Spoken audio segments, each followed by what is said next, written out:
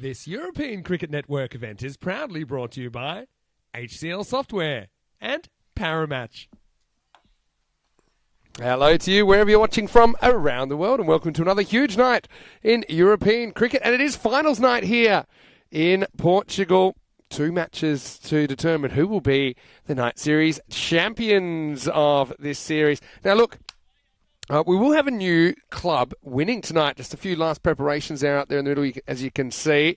And we will be having the qualifier first. So these 2 teams, they finish in 2nd and 3rd position. It's going to be Punjab CC Amadora taking on the Lisbon Capitals to determine who will go through to the final against Wales later on tonight. Let's see what happened at the coin toss a little while ago with the tournament referee, Shub Anand, and the 2 teams.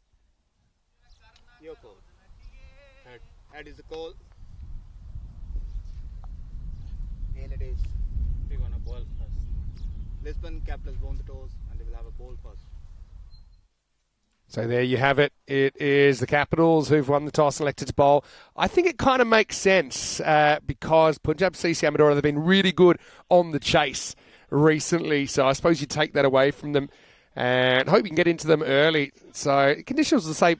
So pretty much the same, you imagine, at this stage of the night. Plenty of sunlight around for the first game of the night. Right, Imran is leading the side once again. Still no runner. Sarway. He's not available, unfortunately. He's not in the country at the moment, but I'm sure he'll be watching with interest. A lot of power in there. Look at Parveen. He's obviously having a pretty good week. Saeed Ali Naki's been great opening the bowling. Bikramjit Singh's been pretty effective as well. And I think Saqib Yunus has been pretty reliable behind the stumps in difficult conditions. Capitals, though, they're without Najam Shahzad, who's out on international duty. And that is a bit of a thing with Portugal about to start their ICC World Cup qualifying campaign. Danish Siddiqui's a pretty important player. I imagine they'll go with Amir Dar and Danish Siddiqui as their openers in this one. They've got Shahan Khan, pretty experienced keeper, behind the stumps. And Capitals seem to have the wood on Punjab CC Amadora a little bit. They beat them in the first game of this entire series. Also defended 83 the other night against them in the Super 5 stage. So it made Punjab CC Amadora work pretty hard to get back up to their ultimate finishing position of 2nd. Capitals had a nervous wait to see if they would finish in 3rd or not. They go in this as 25% underdogs. Yeah, but last night, Punjab CC Amadora we're taking on the Lisbon Supergiants in match 10 of the Super 5s. And if the Supergiants had won that, they would be here instead of the Capitals. These are some of the upcoming events, of course. Another long, hot day in Cyprus. Well done to Nish over there. Hall of Fame's getting a workout. I think we're up to 72 centuries in season 2024 now. Next stop will be Czechia, but there's still over a week to go in Cyprus. In fact, almost 2 weeks when you factor in the 3 days of T20s, both men's and women's T20s there to finish in Cyprus. So there'll be a little bit of an overlap, about a 6-day overlap of Cyprus and Czechia, and you'll have some more T20 international cricket coming your way. So almost ready to get going. Now, weather conditions, I can tell you it's 27 degrees, pretty mild at the moment. There's a bit of cloud cover now. Some storms around the area. They seem to have missed us, though, at the moment, and hopefully they keep missing us. But there is a thunderstorm alert just in general for the area. But just looking at the radar, we seem to be getting a little bit lucky with the weather. It might sweep through at some point, but hopefully not, because we want to finish this series without the interference from Mother Nature. Hello to everyone in the chat. Great to have you with us. Clock ticked over, 5:15 local, 15 minutes earlier than our regular starting time because of a little gap we have to have between the qualifier and the final, just because the second team is unknown, but it will be known in 20 overs time. Here we go with the start of finals night, and it's going to be edged away first up.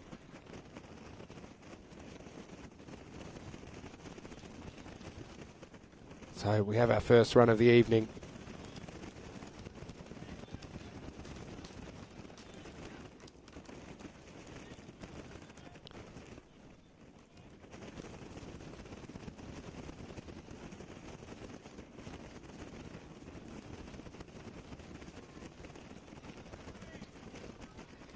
Imran will face up for the first time. That's Arshad, who's off the mark.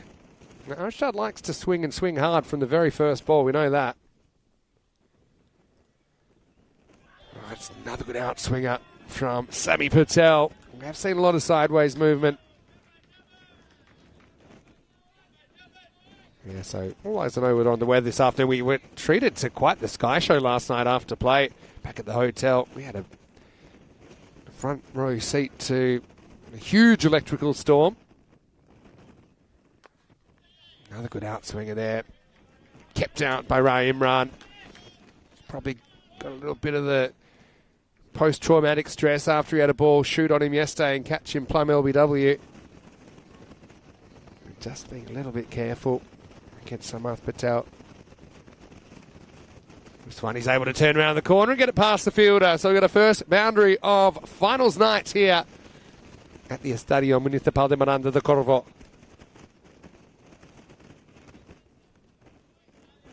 Big hello to everyone in the chat as well. Great to have your company. Oh, here we are in a world today where Pakistan fans have woken up wondering what's happened. We've lost to the United States of America. Hello to Wayne. Good to see you. Hello to Kroom as well in there. Chris Smith. Good evening. There you go. And that's why he's nervous. That one's almost bounced twice. I'd love to see this again in the replay. This is a proper shooter McGavin for Imran. This will be a very interesting replay. It's mishandled by the keeper, so they're going to get one by. This is one that really keeps low. Maybe we can look at it one more time.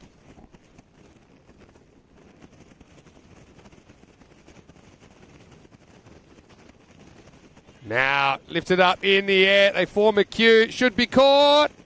And it is caught. So they get Arshad just second ball. And Samath Patel will get the wicket. Well, the shooter changes the strike, and then Arshad's going to have to go. First wicket falls off the last ball of the first, and it's 6 for 1. Pretty nicely taken as well. Put a name on it.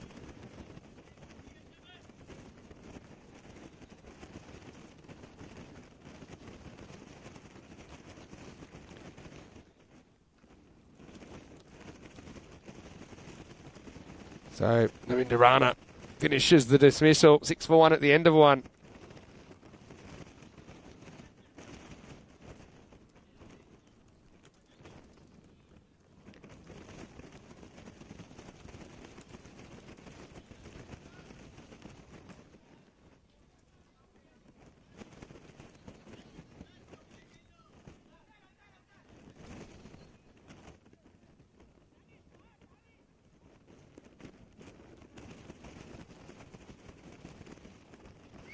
So here's Ray Imran facing up.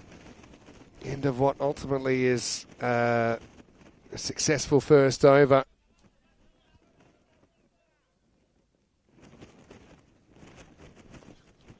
Driven powerfully. And, well, Mitchell uses every blade of grass he can to make that stop. Does make the stop, just a single.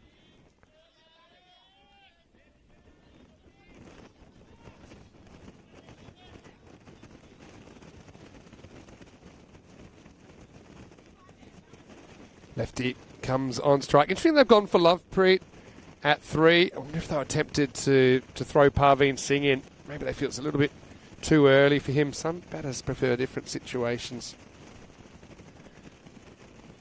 Doesn't get too much of this, but he will get off the mark.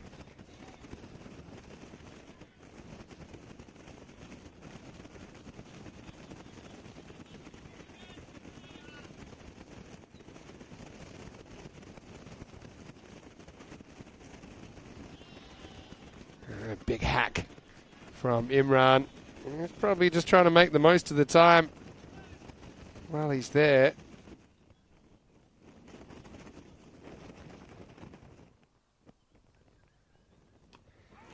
Bit of bat, bit of pad in that one.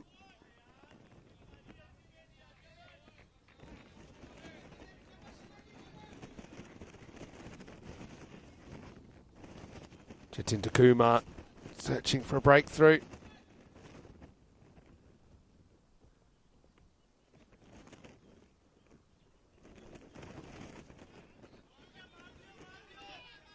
Some miscommunication there in the end. They won't take a run.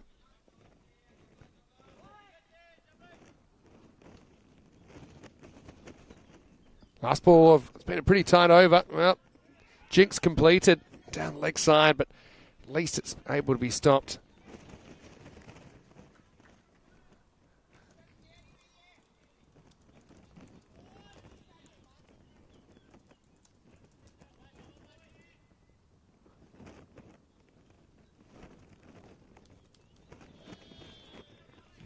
The wide call. So at least he's avoided being hit to the boundary. We've had 3 singles, 2 wides in this over.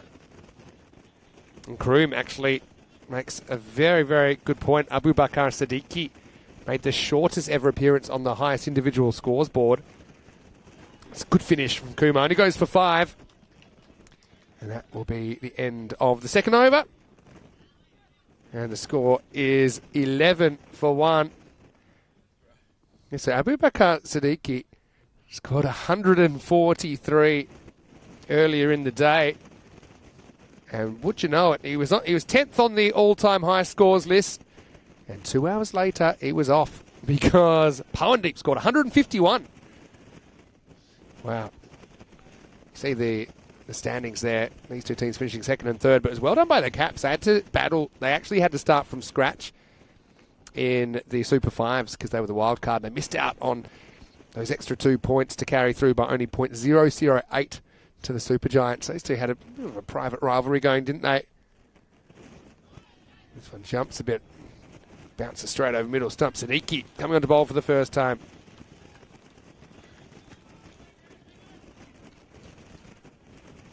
This pitch. Well, lawsuit's pending, but it's certainly an interesting surface to watch cricket on. I mentioned it's a real evener.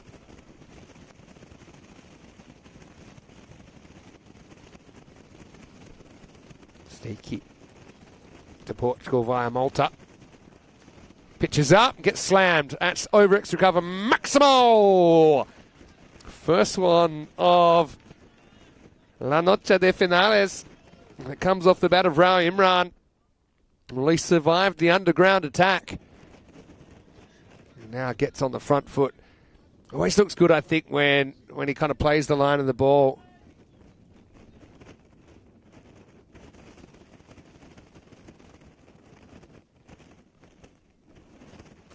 Pitches up, goes for it again, this time over long on. Maximo! Seis más. Punjab CC Amadora. Well, a little bit like the region of Europe itself. These two have history. They played in the first 2 matches of the tournament. It was all the way back on the 14th of May. Seems a long time ago. Now, in that game, Lisbon Capitals defeated Punjab. That's in the first match of the tournament. It was reduced to 6 overs in the second innings. And Lisbon Capitals ended up holding on by 8 runs to win on the DLS method. Punjab did have the right of reply, and they certainly used it, taking all 4 points in match 2 when they chased down 104 in 6.5 overs. So they split the honours there. Nice use of the wrist there. That's put up and over the fence. Lovepreet goes Maximo. Siddiqui turning out to be expensive here. Making the most of the third over of the power play. And Punjab CC Amadora. Yeah, these two then met in the opening night of the Super 5 stage. It wasn't the opening night, actually. It was night 2. Night 3 even. On Tuesday. The Lisbon Capitals made 83, but did defend it. It's the lowest score defended in the whole 50 matches we've seen. It's on the pad, but I feel like probably pitches outside leg stump there. That'll take us to the end of the over. So 3 Maximos and a single in that one. 19 from Siddiqui's first, and the score is 30-1 after 3. They're pitching well outside the leg stump there, even though that ball may have gone on to hit the stumps. Anyway, hello to Duncan. Good to have you. Yeah, so Kroom, how about that? Abu Bakar Siddiqui in the top 10 scorers, but not for long. I was actually thinking when I saw it, he's in jeopardy there. He snuck into number 10. Pawandeep, just the one name. A little bit like we've got Rahul in this series for fighters. It's the old Madonna style, one name only. But he was dominant, 151. He was able to score. So seeing a fair few new sides today. I think at least 3 or 4 of the sides in Group B are new to ECN. Like, I have seen a few names there that we have seen before on the network. Duncan, good to have you. Let's settle in for finals night. Well, that one gets up. Amir Dar comes on and rattles Imran under the armpit. To be honest, he was kind of waiting for that. Just didn't go through with the shot and became like a human pillow there, didn't he?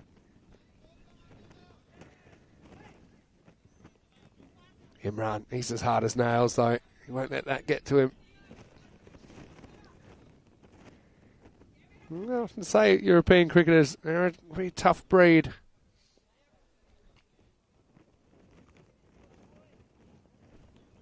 Amir Dar to Imran. Good one-on-one battle this. Now puts the cut on it.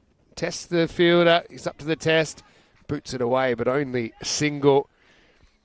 Right, Imran says to Lovepreet, right, now it's your problem. Like the left-hand, right-hand combination here. But like I said, they had a choice of left-handers, didn't they? They could have put Parveen in, but I don't mind Lovepreet at 3. You know they're going to be getting on with it. We've got some other hitters still to come. Adnan Ali's an obvious one as well. Said Ali Naki can hit a long ball. Simranjit Singh, don't forget him. He'll float around in the middle order.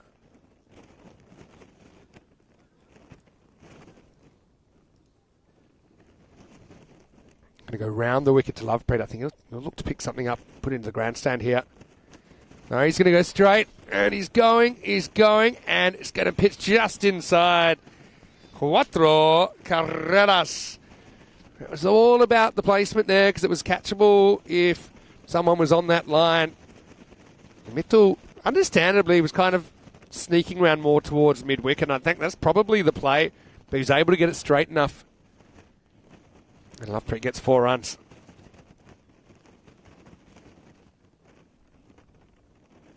Now gets one that he can turn around the corner, puts it up the hill. Maximo! It was a Gundy ball, really, from Amir Dar, right in the hitting zone for Lovepreet, and puts it away. Can definitely draw a line from putting the ball in the right areas to having good outcomes so far. Just the one thing you can't afford to do if you're attacking from that angle is to get in towards the hip. It's an easy put away. That's gone miles.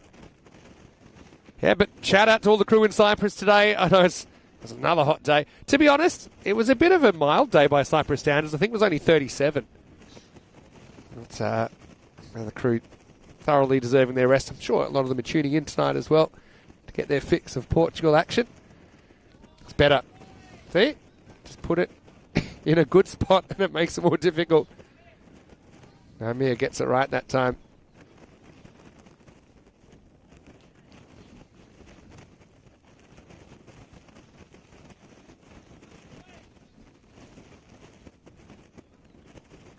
Last ball, the 4th over, coming up.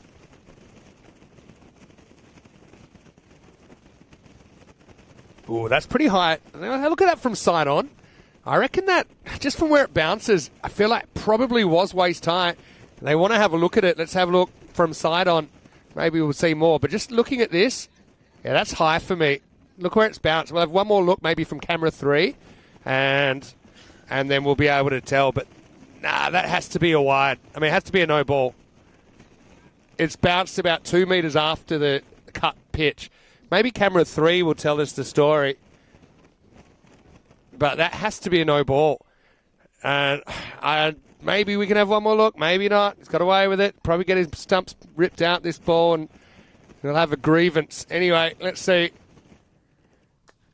It's in here, but like it won't carry. It'll be a single. So I suppose the result's the same in the end. At the end of the 4th over, the score is 43 for 1.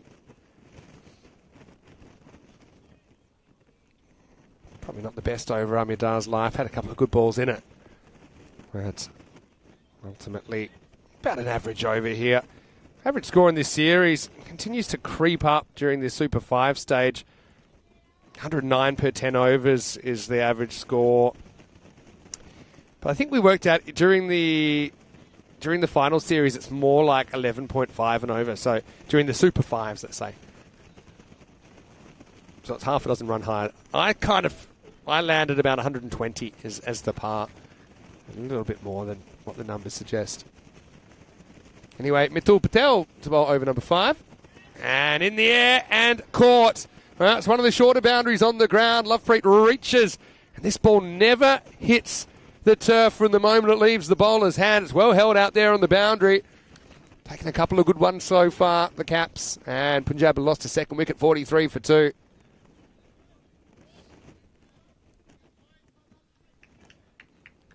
Well taken out there. Danish Siddiqui holds his nerve. He robs Punjab CC Amadora of Maximo. Looks like they're going Simranjit Singh. Look, I think he's a good choice. But if I'm honest, I probably would have gone left-hander for left-hander here because I think they're equally destructive, Parveen and Simran. So I would have said, like, if Imran gets out, we go the right-handed Simran. If the left-hander gets out, then I would have gone Parveen Singh. But anyway, we'll see if that matters. He's going to continue round the wicket anyway, Mithul. Imran gets pretty careful first up and get a single.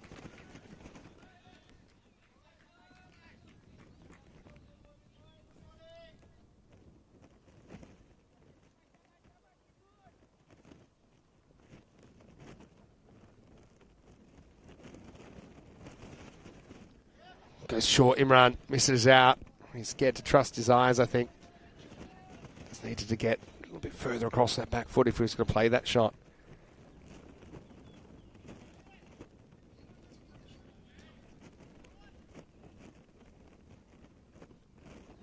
Mithul, 1 for 1.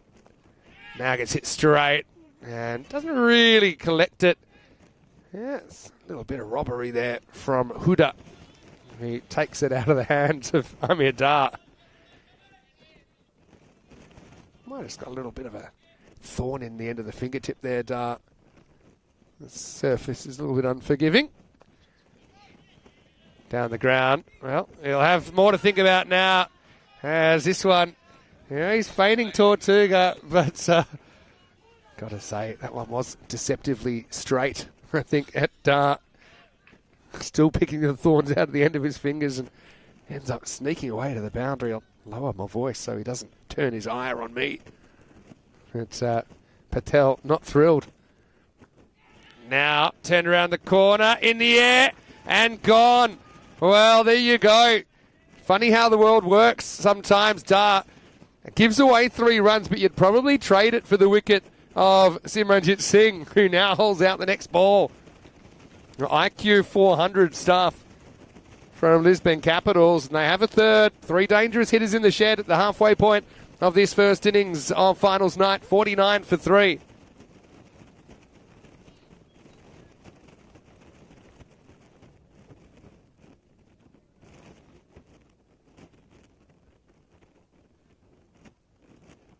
Imran, who's another partner. Now they will go Parveen Singh. So we do get the right-hand, left-hand combination once again.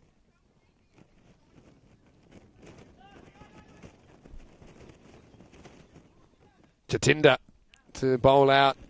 And he went for 5 in his first over. Had a couple of issues with wides towards the end of the over, but only 3 singles, 2 wides in first over he bowled. Tries a little dab here, Imran.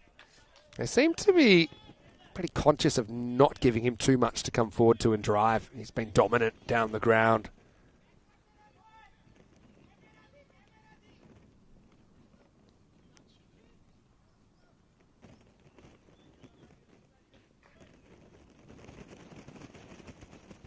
Well, that's the one that he does drive. Gets a thick outside edge. He'll only get 1. Pretty well bowled. Bit of a Sophie's choice, isn't it? Because if you pitch up, you give yourself a chance with the ball swinging a bit more. But also, you may disappear. Nice to see some sunlight poking through.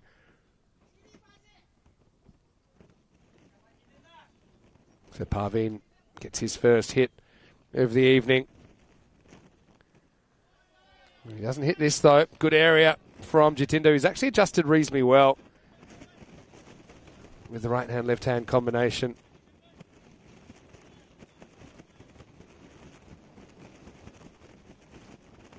Strike 2 for Parveen.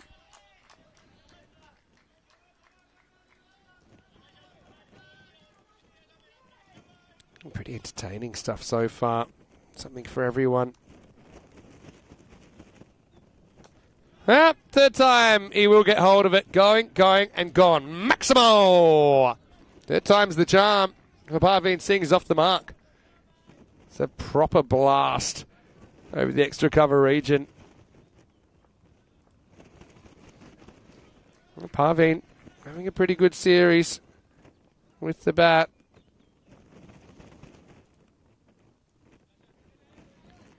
...151 runs, including that top score of 83. And that one was very fortunate. Well, it's going to be an interesting one, actually. They might want to have a look at this from side on. Umpire doesn't think it's worth a look.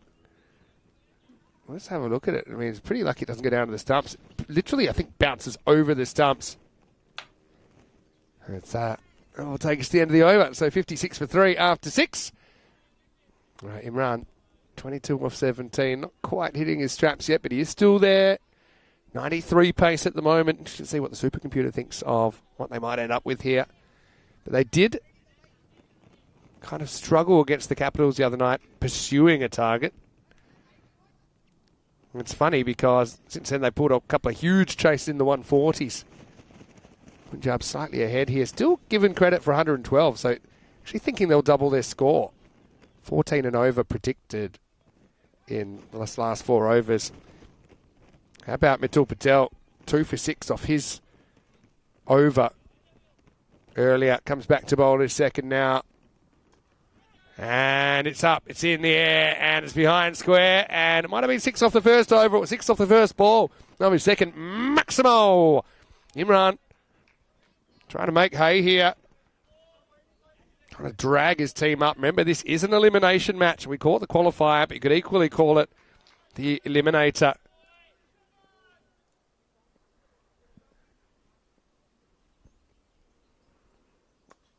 Pitches up, thick outside edge, flies away, and it flies away from everyone. That's going to be 4. Poco de suerte para el capitán de equipo Punjab CC Amadora.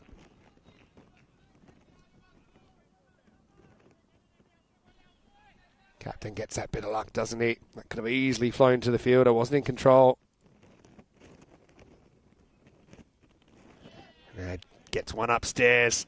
Hasn't been too comfortable in the boardroom so far. I know that he's been undone by a couple that have kept low, so he's kind of, I think he's actually looking out for that one. Then when that does bounce, which is often, he's not in a great position to handle it. But it's pitched up, he's been pretty good, and this is going, and it's gone. Longest boundary from the popping crease there, and Imran clears it by about 1 metre, but it's good enough. Maximo! Again, allows him to come forward with that length. Mentioned it's a gamble. Unless you're going to really get that Yorker in there. That was kind of step hit, kind of a length. Did the job. Now, next one's in the air. Now, this is holding up. It's a big moment in the game. It's Huda. And he takes the catch. So 6 it out for Imran. And the captain goes. That's the top 4 back in the shed now. Punjab CC Amadora, 72 for 4. We'll say what you like about the Capitals fielding, but they have held their catches so far. Just camps under that and gives it a nice soft landing. Nice catch by Rahul. And so this will bring Adnan Ali to the crease. There's still 2 very good hitters here, but I will say, if you can get these 2, and you are kind of getting into the less recognised batters. Probably, I'd imagine they go, say, Naki next, maybe Bikram, maybe Muzammal Abbas, who did his 6 to win a game the other night.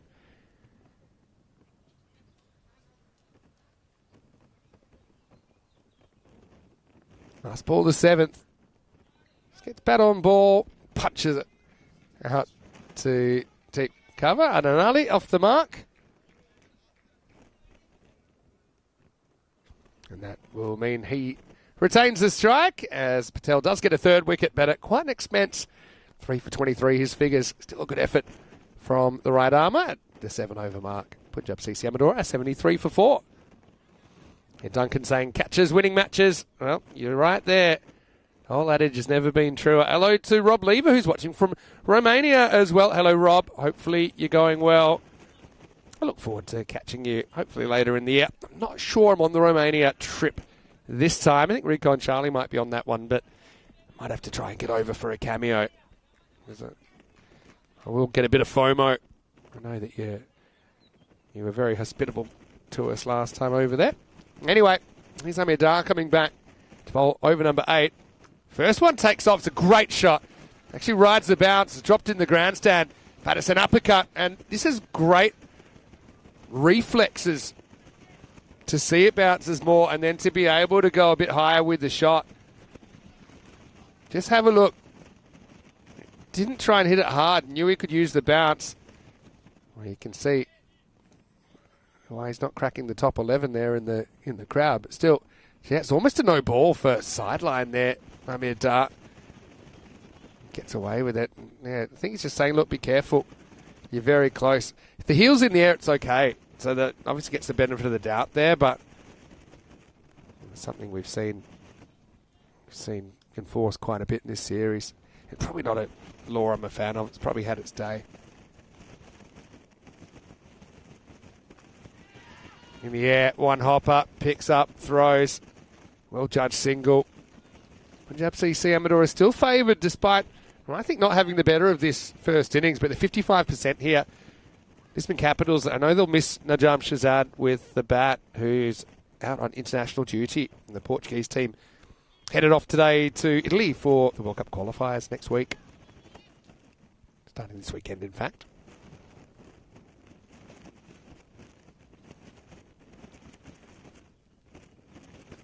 Pitched up and he takes it on. He swats it over deep mid-wicket. Maximo! Parvin's one guy, when he's hot, he's really hot.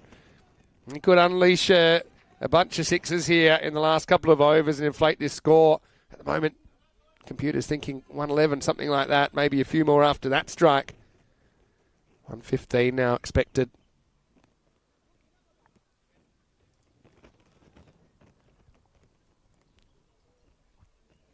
I mean, Dar can't quite seem to get his rhythm here. Surprised people haven't tried more cutters to Parveen. See if they can rip the ball away from him a little bit. This time, thick outside edge flies away. That's going to disappear as well. It's going to be 4 runs. Cuatro más. And I think it's more or less in a better spot, but just bisecting the two fielders in that region. Runs away for another boundary. Run of the game with Punjab CC Amadora at the moment. These two came together at 72 for 4. They've already put on 18 in just an over batting together. It's hit pretty firmly, but picks out the fielder, Huda, who's been good. And so that means Parveen will retain the strike, moves to 17. Dar gets a sore finger, and it's 91 for 4 at the end of 8.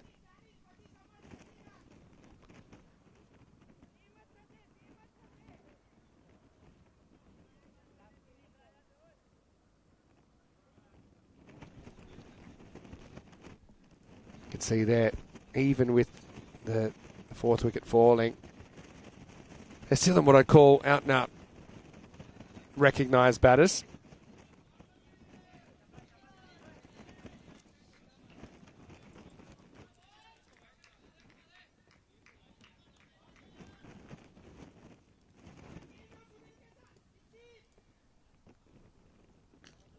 Siddiqui was a bit expensive in his first over. He's bowling at different batters here.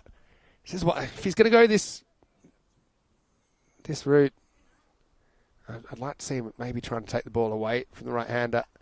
He kind of cramps him for room. It's not a bad start. Interesting that it doesn't really go through with a shot there. That probably is one to maybe get across and lift up. And it's been no ball given. So I wonder what this is. What must be for feet.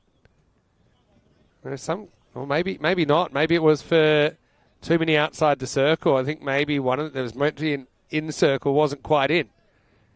And we saw this given last night, so it's going to be a no ball +1 and a free hit to come. He's going to go over the wicket to Adnan Ali.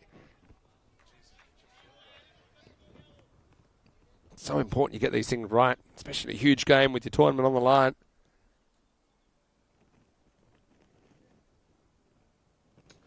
Slow ball, and it meant a real slower ball there.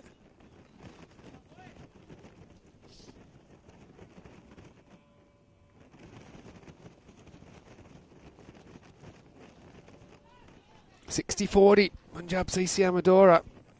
Maybe. Question is who's going to score these runs for the Capitals. Someone has to have a good night with the bat. Well, there's slower balls, and then there's that. I mean, I actually think that Parveen was running quicker than the ball was coming at him. It's the ultimate. And he would have time if he wanted to just kind of go back in his crease and wait for it to arrive. But hey, credit to Siddiqui to have the courage to bowl a ball like that. Certainly threw Parveen's timing out. I think he'll stay at home this time. He gets another slower ball, angles it away. Siddiqui's been crafty here. With the no ball, which probably wasn't entirely his fault first up. But since then, well, even during that time, he hasn't gone to the boundary here in the 9th. 115 still predicted. It's been hovering around there for a while.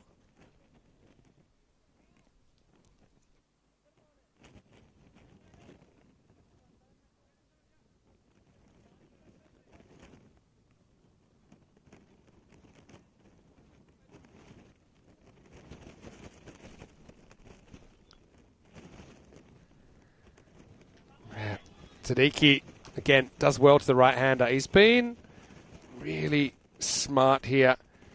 He's played a lot of the format now. Imagine he's a guy first burst onto the scene in Malta when he'd recently moved to that country and was searching for a club, and eventually got picked up by the Bujiba Blasters.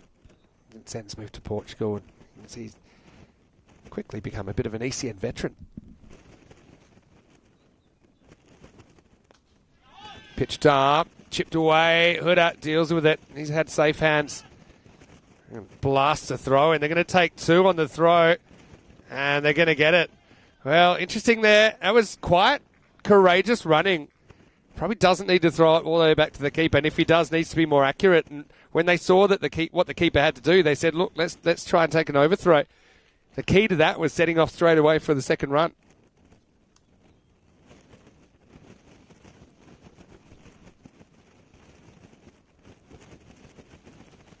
Now pitches up and slams it.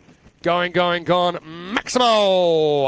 And they steal the second, and then they help themselves to 6. Siddiqui held on for so long, but goes off the rails at the end of the 9th over. All happening in the 9th, and the 100 up for Punjab CC Amadora. 103 for 4 with an over remaining.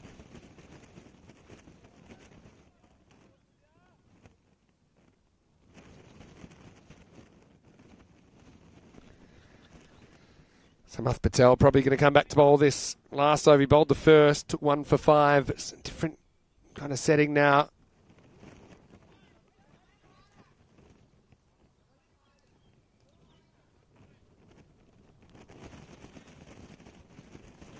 Interesting World Cup matches as well been taking place.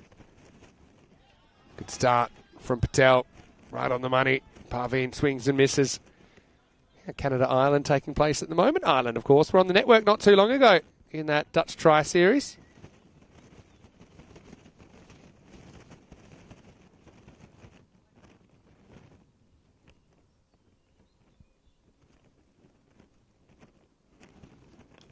Oh, it's a pretty good shot. Yeah, it's only a half volley. In fact, it's gone all the way. Maximo almost hits his spot there, Patel. Searching for the Yorker, but it's probably half a metre short of that. But what great wrists by Parveen to access that area just behind point. Throws the hands through it. Punjab Up to 109 at 115. Still kind of on the cards here. 118 predicted now. Steps across and finds the fielder. Again, that's great hands out there from Dinesh Siddiqui. I mean, that would have gone for 6. It's actually quite a good shot from Parveen. He's a bit unlucky. Just picks out the one guy at deep mid-wicket, and Siddiqui doesn't drop too many. Probably felt this is going to be straighter after where he hit the ball before, so I kind of get what he was thinking there. But he'll have to go, Parveen. Well caught out there on the boundary. 25 off 13 for the left-hander. We'll see him with the ball, no doubt, in the second half of this. As the score now, 109 for 5. 3 balls remaining. Is Bikramjit Singh coming in for a hit?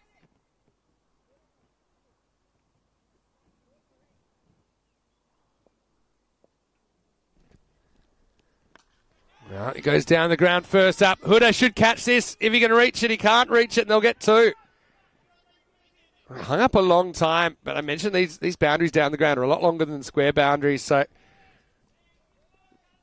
yeah, Huda in the end overruns it, allows the second, scrambling for every run possible here.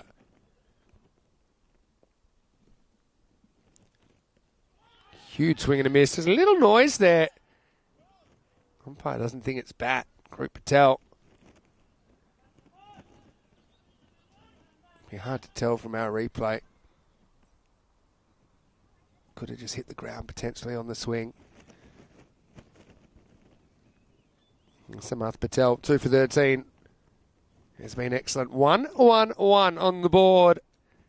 Boundary takes him to 115 and 117. Here's the last ball, the first innings of the night.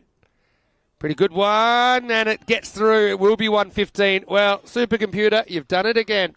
Spot on, the 115. It hovered around that mark for a fair bit of this innings. But luck's a fortune. Maybe a bit of a Tortuga on the fielder in the circle. But Punjab CC are going to finish 115 for 5 off the 10. So for Lisbon Capitals, it'll be 116 for them to stay alive in this tournament. Happy Peacock Friday to everybody as well. Hopefully you're enjoying your day. We're feeling pretty bright and breezy and taking it easy here in Portugal. See some of the clouds around. Slightly threatening, but we haven't really had any rain here at the ground. Hopefully it stays that way. As far as this innings goes, right, Imran top scores with 38 off 22 for Punjab CC Amadora, supported by Parveen Singh, 25 off 13. Lovepreet was good while he was there, 18 from him. Adnan Ali and Bikramjit Singh with 17 and 6 respectively at the crease at the end for Punjab CC Amadora. 115 for me. It's about a par total. It's about a par total for week 4, where just the top 5 teams have been involved. Pretty good with the extras. That's another key, because we have seen kind of on average kind of 15 extras, sometimes even more, but only 5 extras in the innings. So otherwise they could have been chasing more like that 130 or so. 3 for 23. Mitchell Patel was pretty good at removing the dangerous batters in the lineup. 2 for 17. Samath Patel, though, right up there with the best of the bowlers, I think. Jatinder Kumar also pretty tight, conceding only a runner ball off his spell. So we'll take a break. Back in a few minutes with the second half of this game. Punjab CC Amadora need to defend this 115 to meet Warish and set up a rematch of last night in the final. Can the Capitals put a number on Punjab CC Amadora once again by chasing 116? Vinny Sandy here, Mr. Maximo for ECN. We'll take a quick break. We'll be back shortly with more European Cricket Series at night in Portugal.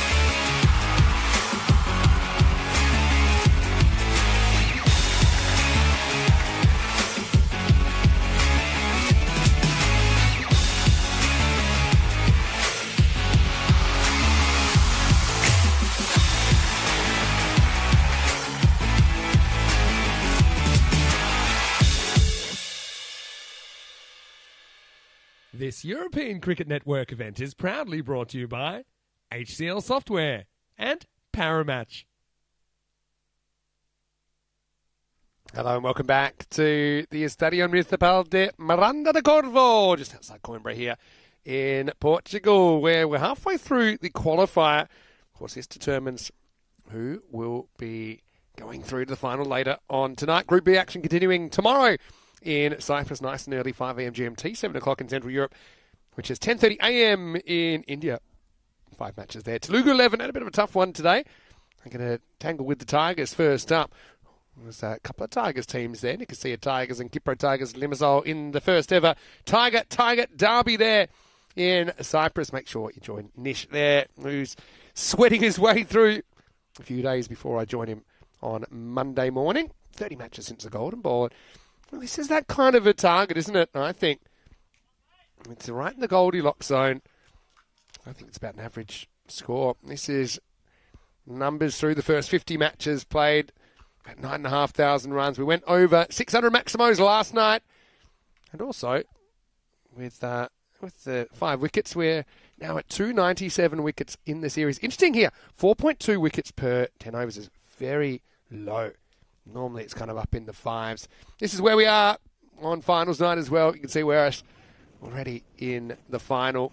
That game's coming up just under 2 hours' time here. Final match of 52 in the mid.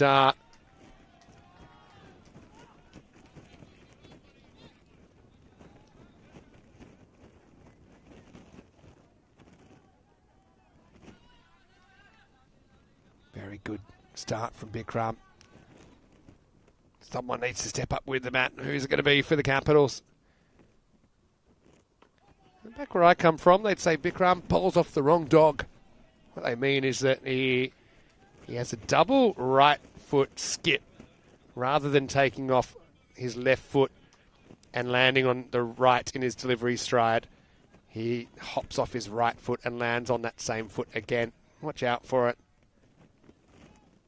And he comes in. There you go. Left, right, left, right, left, right, right. Gets this one to jump a bit as well. Knocked out for a single. It's a bit off-putting. I often think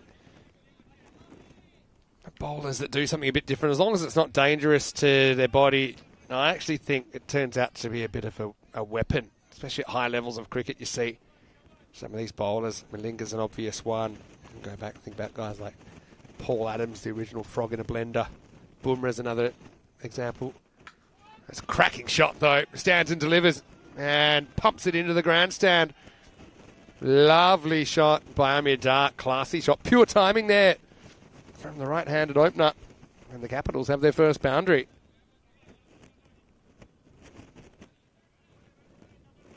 Brilliant strike. Even if there was an outfielder there, he would have had his hands full trying to stop that one. Now, Vikram wants to protect that boundary. So let's see if that kind of plays into Dar's thinking, because now he knows they've reinforced the offside field. So you've got a 6-3 field. So he'll be in the circle. So just plugging that gap that ball went into. Does he want to go leg side and take a risk? Well, he doesn't have too many difficult choices to make, because that was too straight from Bikram. Worked around the corner. It's not great bowling, is it, when you've just reinforced the offside ring?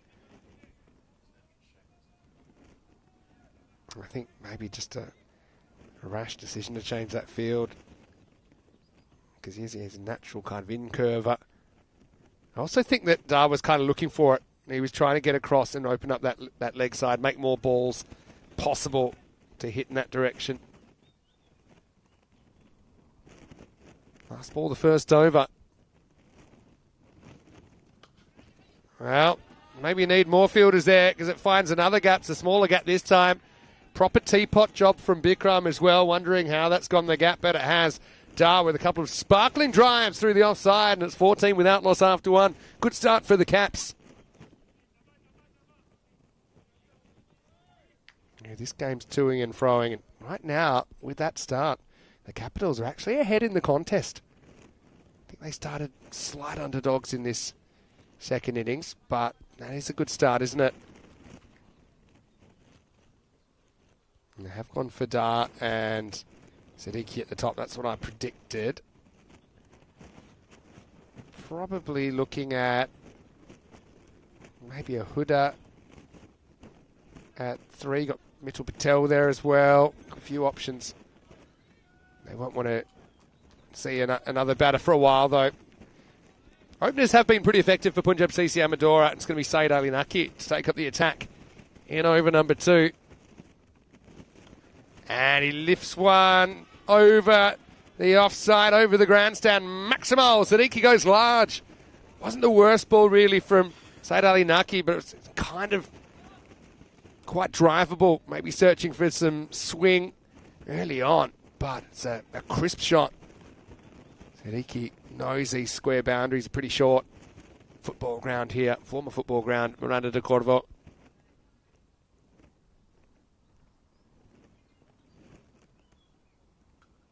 Now, Gert's Dabalicious, and he's going to put that into another gap, and that's going to be 4 more. Well, the Capitals just seem to have the kryptonite for Punjab CC Amadora, who didn't lose any matches except for one. And it was the first game of the tournament. That was in the group stage. And that loss was to the Capitals. And then in the Super 5 stage, it was the same fate as they went down to them in match 5 of the Super 5s.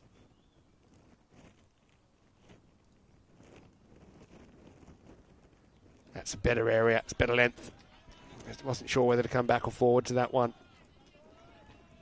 Punjab CC Amadora only lost one match in the Super 5s as well, and it was that match to the Capitals.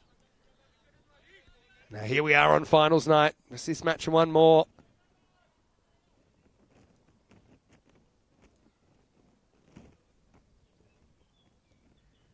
He's losing his run there. Saeed Ali Naki gives me a chance to say hello to everyone in the chat.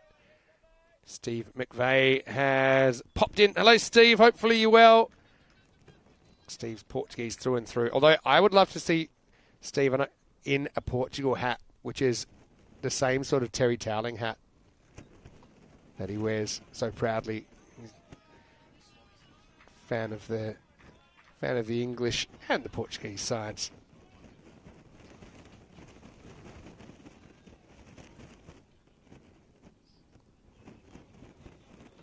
Keeping an eye on the World Cup as well. And North American sides having a pretty good time of it so far, aren't they?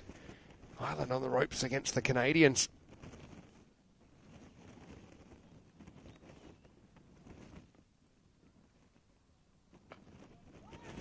In the block hole. And that's somehow going to squeeze into a gap. They're finding the gaps all the time at the moment, aren't they? Nadar gets 4 more. But it wasn't a bad ball, really, from Saeed Ali Naki. But on this turf, it flies away. Punjab CC Amadora, for all their heroics, a couple of 140s chases last couple of days to lift themselves up into second position. But right now, feet are getting put to the fire. Last ball of the second over. Edged and gone. Taken on the up. Nice catch by the keeper. Saqib Yunus has been solid in this series. That was a perfect length, really, for Dar. He was kind of caught on the crease. It's a thick outside edge. It's still going up when it reaches the keeper. Beautifully bowled and a nice bit of wicket keeping as well. So Amir Dar is going to have to go, and this game changes again. 29 for 1 at the end of 2. Saeed Ali Naki goes for 15 in the over, but he does take a wicket off the last ball of it.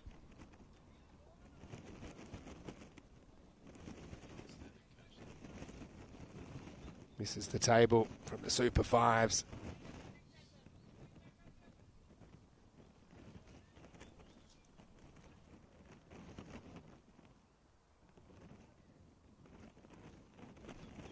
Siaweras topped the table, but only by a point. Actually went down to Punjab CC Amadora last night. That was the Swans' first loss of the series.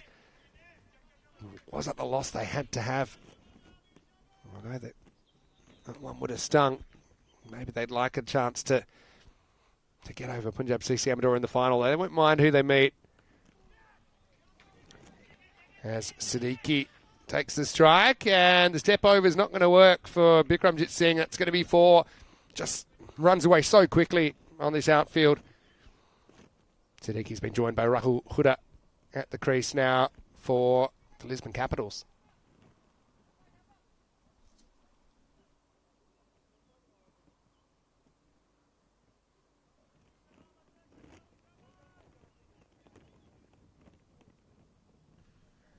Parveen getting a bowl. Late cut, but they got 2 fielders in that quarter. In fact, both of the outfielders are being employed in that region. So it's kind of a deep backward point that fielded that one. There's also a really fine third. It's like a kind of like a second or third slip, but back on the boundary. Hello to Christopher Ward as well. Good to have you with us. Everyone tuning in for finals night here in Portugal. Oh, it's a little bottom edge. Don't think it carries to Yunus. He does get a piece of it. Make sure it's only a single. Yunus, I've been really impressed with his keeping in this series. He took some good catches last night. This one might have been an interesting one to see again. I think it's just pitched short of the glovement.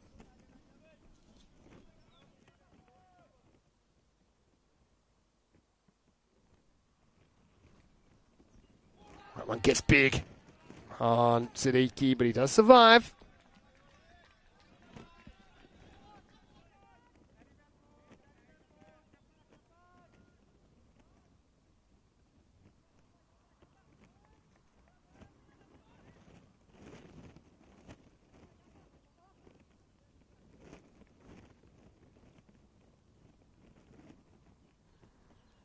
Oh, it's well bowled. Really good one by Parveen.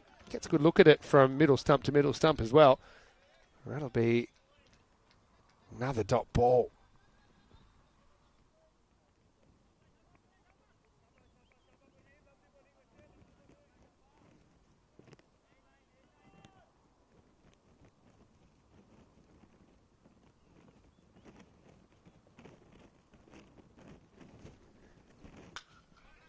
On the walk, pretty good shot, finds the gap. They've been good at picking the gaps in this innings, haven't they? Lisbon Capitals making the most of his power play and staying on track. That's the end of the third. Another teapot. This time it's Parveen with the hands on the hips, but there's nothing anyone could do about that. At the end of the third over, it's 39 for 1, so going at 13s.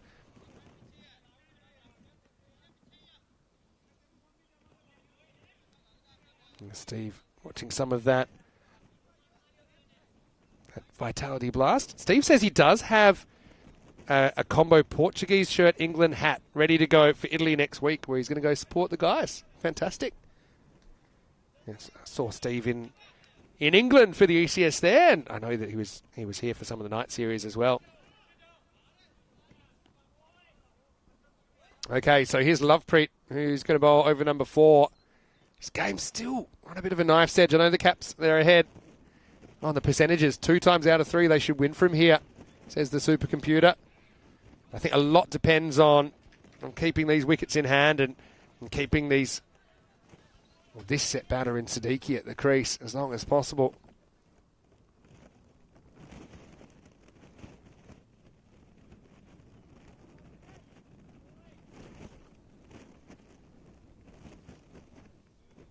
And Lance Hall as well, who's watching from the Isle of Man.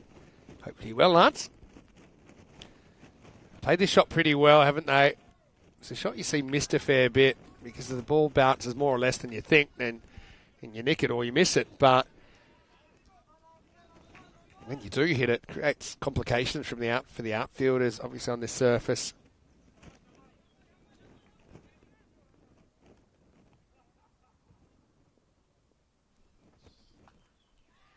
Another one, but that's well fielded.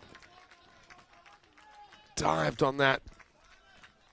Desperation in the field from Punjab CC Amador. They know they're just hanging on here. They know the value of a wicket.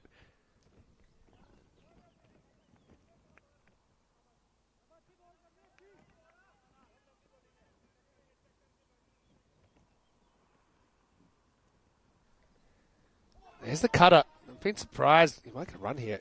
Quick, maybe not. I've been surprised that bowlers haven't bowled more of these because I think the pitch gives you a bit of variable bounce and it'll give you a bit of sideways. So this one actually moves quite a lot off the straight.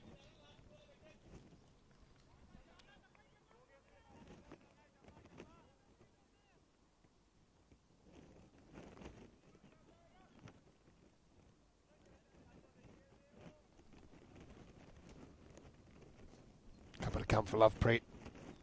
Oh, that's going to be a wide. I thought it might have got some of the shoulder by the way it bounced. Well, that's a bit of luck. Yeah, appealing for a wide doesn't need to bother because it's been given. Well, Siddiqui, I'm not quite sure how old he is, but I'm pretty sure his life flashes before his eyes after the ball pitches. As that one gets up. That'll be an interesting replay as well. We'll have a look at it here. Look how much, little forward press back in the crease and watch out. Yeah. Over the head easily. Wide +4. Be careful not bowl another one that bounces that high. This is a cutter and it's going to go over the head of Imran at cover. It's well placed by Siddiqui. And takes guts to get back behind the next one. Not surprisingly really, Lovepreet goes for that rolling cutter to make sure it's not going to bounce too high, but pretty well executed shot. Siddiqui just plays the line of the ball. Siddiqui there, feel like the Caps are in control. 50's up now in the fourth over. Last ball of it coming up from Lovepreet. Beats the outside edge. So, decent over, all things considered. The Minimo kind of ruined the figures. 12 come off the fourth. It's 51 for 1. Yeah, Lance watching from the Isle of Man. Great to see you. Of course, it was great to meet you at the ECL. We were supporting Crosby, the Isle of Man club champions. Yeah, Isle of Man will be involved again in ECL 25. I'm sure it'll be a contested competition this summer to see which club comes.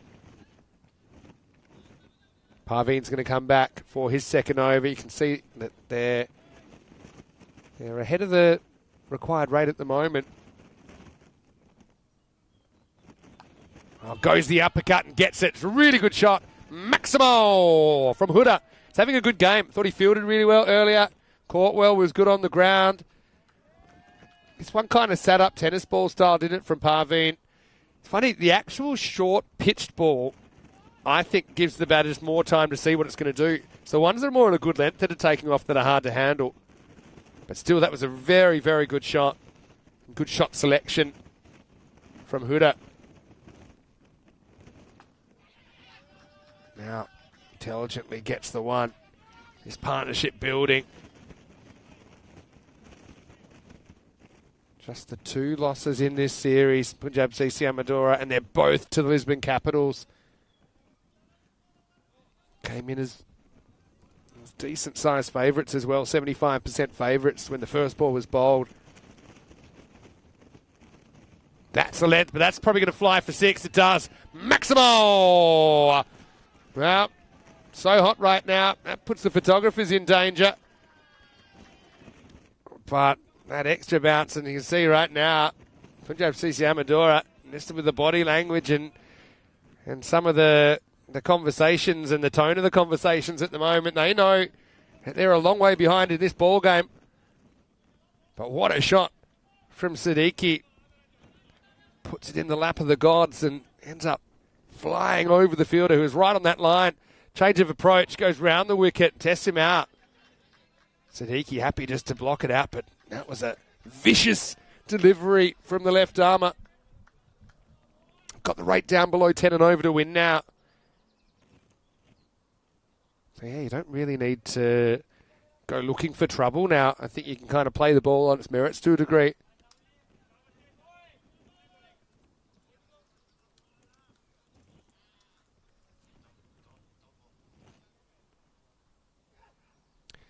Another good one, but Parveen just can't get the breakthrough. Wicket changes everything here. We've seen all tournament. There's been a bit of a trend that new batters coming in that are kind of middle order and below find it very difficult to score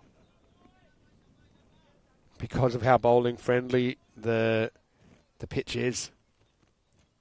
So if you get guys in, they want to stay in. A few questions about the World Cup qualifiers in Italy. Come back to that in a second. Last ball for Parveen. Backs away. Dabs. Gets sent back. So Parveen finishes well, but he can't get the breakthrough. He'll finish none for 23. And at the halfway point, Caps are ahead. It's 64 for 1. Yeah, they actually start on Sunday. They go from the 9th to 16th of June, so they go Sunday to Sunday. And the first set of qualifiers will be held in Rome. So one of the grounds we know very well, Roma CC ground, RCG, Roma Cricket Ground, which is in Spinacetto, just outside of Rome.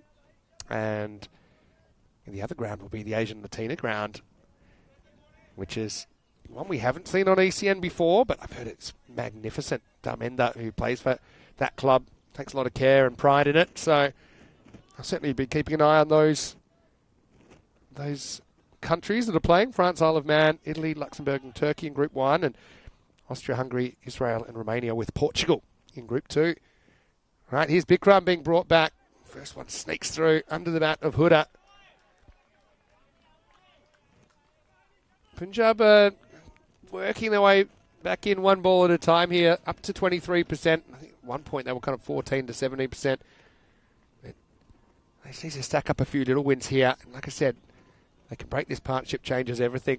35 this partnership is worth in just 19 balls. Now rides the bounce again, and that's going to disappear. Abracadabra, Maximo. Huda's played this shot well. Doesn't try and keep it down. That's a losing battle on this pitch. Puts it up and over the fence. Second Maximo for Rahul. Brisbane Capitals had a nervous wait yesterday to see if they would even be taking part in finals night. It's chest high, but no attempt to keep it down. Knows it's a shortish boundary. If he gets any piece of it, it should fly over it, and he's exactly right.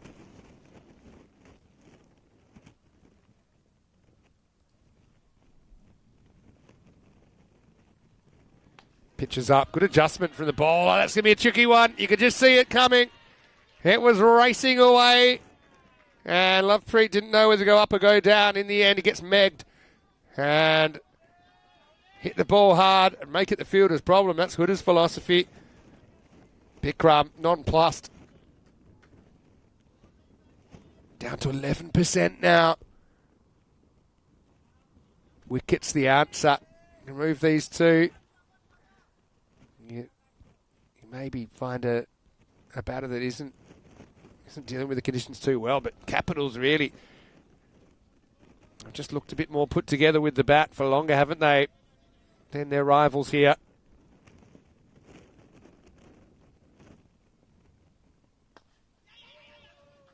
Clipped away, and just a single this time. And they need a turning point here. Japsisi Amadora checking their bowling. They've used 4 bowlers so far. They've decided to bowl Bikram out before going to a 5th bowler. They bowled Parveen out. They bowled Syed Ali Naki and Lovepreet.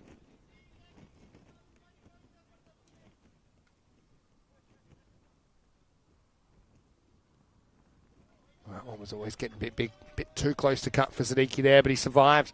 Had a bit of luck, I suppose, in this innings as well. I mean, could have easily gotten a feather on that. He also kind of played a couple of strokes that teased the fielders, but Dinesh is pretty level-headed.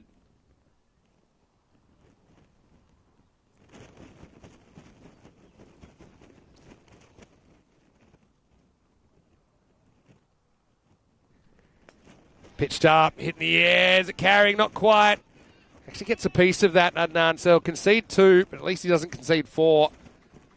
Probably was right to go and search for the catch, because that's what they need to do at the moment. Does well to prevent the boundary in the end. That'll take us to the end of the 6th over. Walking 677 for 1. Capitals need 39 off the last 4 overs of this game, but I just got a feeling this one could go to the wire. I always think as long as you've got more runs required than balls remaining, you're only a couple of drop balls, maybe a wicket away from being back in the contest.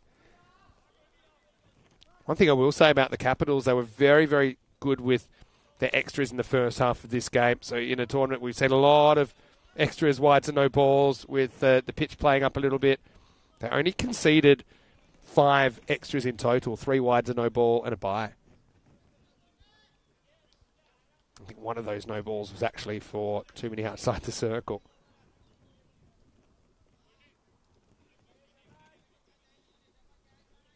Yeah, Steve saying, looked evenly poised earlier, but wickets needed now to make this tight. Well, they go to the fifth bowl, and it's Gurjeet. That's been a bit of a golden arm in this tournament, but right now he's going to go as that ball goes down the hill, and so does Said Ali Naki with it. Cuatro carreras. Huda, he's more of a stroker. He's not really a basher, but I think he's worked out his game here. He says, look, you can still score at a good rate here. He's going at 25 off 10. That's 2.5 a ball, just by playing the ball kind of on its merits.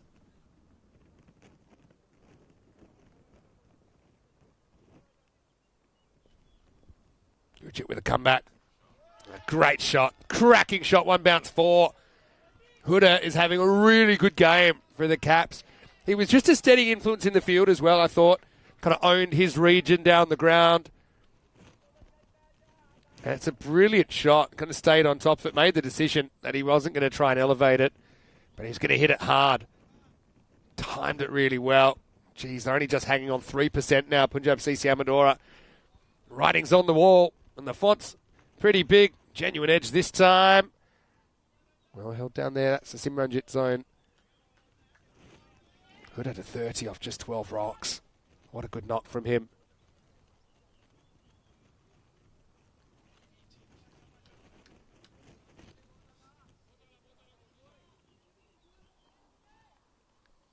Gurjeet desperate for this breakthrough. He almost gets it. Walking woof from Siddiqui. Again, he survives it.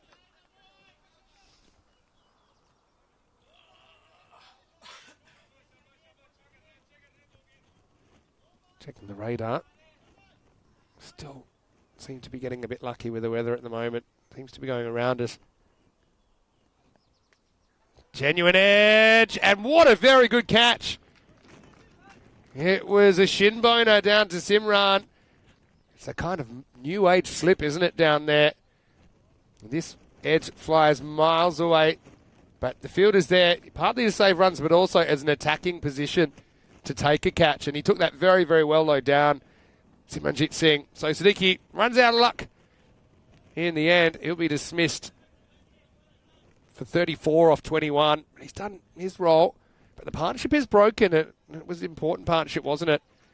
In the end, it was worth 57.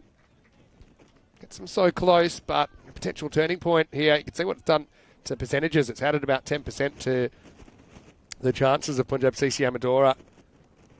Dix Patel comes to the crease at number 4. 30 off 19. This game is very much still alive.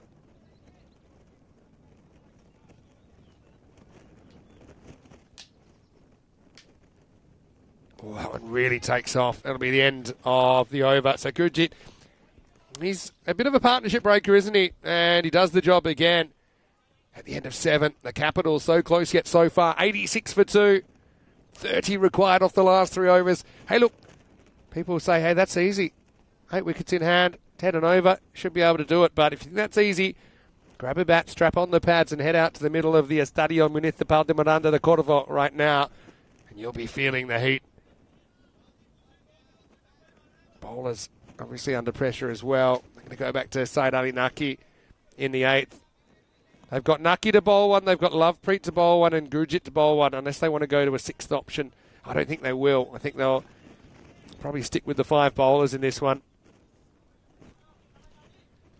One big over can swing the game hugely either way now.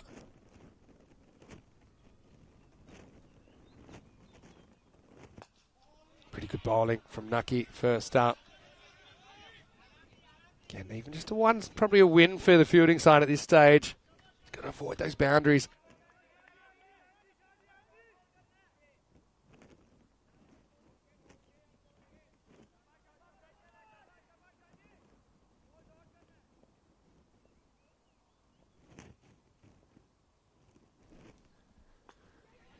Bites in again. Should just be another single.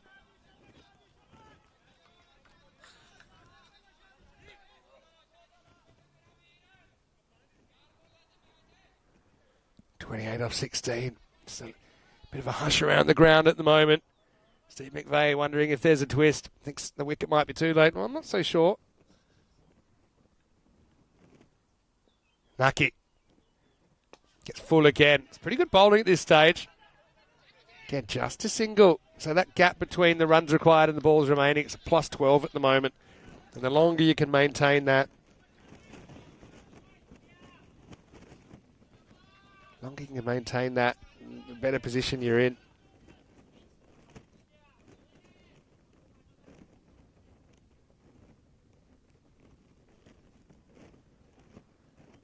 Down leg side, can't really afford too many of those either. These are the trickiest runs, I think, to get. You know, your tournament's on the line, but the Capitals, they've been good under pressure, but typically it's been defending totals. They've done the job against Punjab CCM, and right now their batting's being put under the spotlight. Dix Patel at least needs to get out the way here. Huda is in control at the other end. But he's at the other end at the moment, that's the point. Dix goes walking, gets a piece of it, not the whole thing. Every stop at the moment is crucial. Just a single. This has been a good over from Naki. Can he hang on here? It's gone 1-1-1. Wide 1 in the over so far. 5 have come off it. 25 off 14.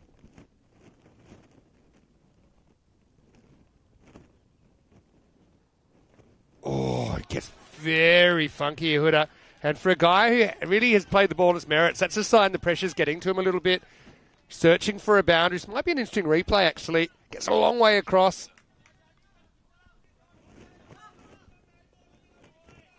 Huda does survive. Looked like he might have his stumps rearranged there. 25 off 13. Last ball of the over. I think here, just look for 1. If you get 4 or 6, that's great. But just look to score. And be on strike at the start of the 9th. Last ball for Nucky has been brilliant here in the 8th over.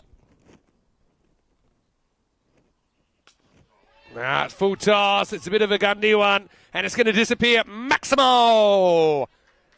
Well, standard delivered job from Huda. And so they do get something out of the over in the end. 11 come off it. 97 for 2. And Nucky held on to the bitter end, but that last ball didn't get it right, and he pays the penalty. Have a look at this game. Our nose is in front at the moment. But only a little nose. 12 balls will decide which team is going to go through to the decider later on. Steve McVeigh saw that coming, saw the pressure building. They were going to try something. Huda did, survived it. And he got a bit of a gift, unwrapped it. Biggest over of the tournament so far. And it's a very good diving stop out there. Putting the body on the line. But at least Patel does get to the other end. 18 off 11. Does anyone have a tingle here? We haven't had a golden ball yet in this tournament. Huda in the driver's seat. 38 not out. Oh, he doesn't want the run here. There was one there if he wanted it. Obviously he wants another crack at it. That's a bit of a gamble, though. I think if you're turning runs down, I mean, to me it seemed like a fairly obvious one. Okay, it was maybe a tight single, but Imran's right on the edge of the ring. 18 off 10. I don't mind either. Huda takes responsibility. Well, he will get the one. That kind of burns the ball, doesn't it? 17 off 9. These boundaries at the end, they don't score themselves.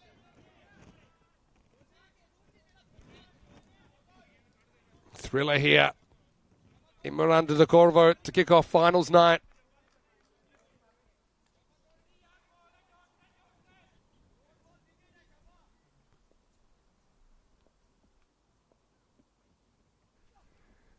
It's going to be a wide. It's going to climb. Can't afford this.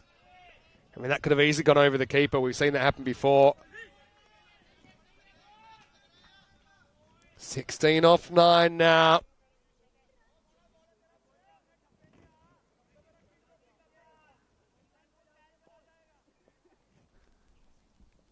Gurjit to Dix Patel. Oh, it's called wide. I reckon that's straight over the line, though. Maybe we can see a replay. Umpires are still being very harsh on the bowlers, I think.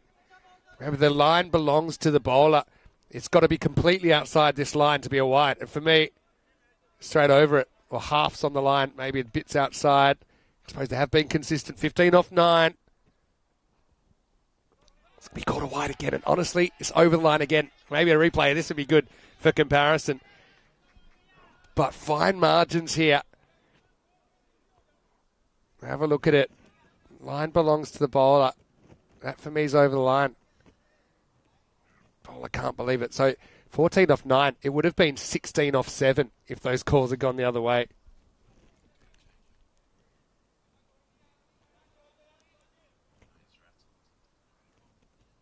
Now, because that's the thing. Wants to bowl out there, but he probably feels he has to bring it back, and that has its own risks. Does he go fully kind of at the stumps, or does he still try and hit that wide hole and bring it back a touch?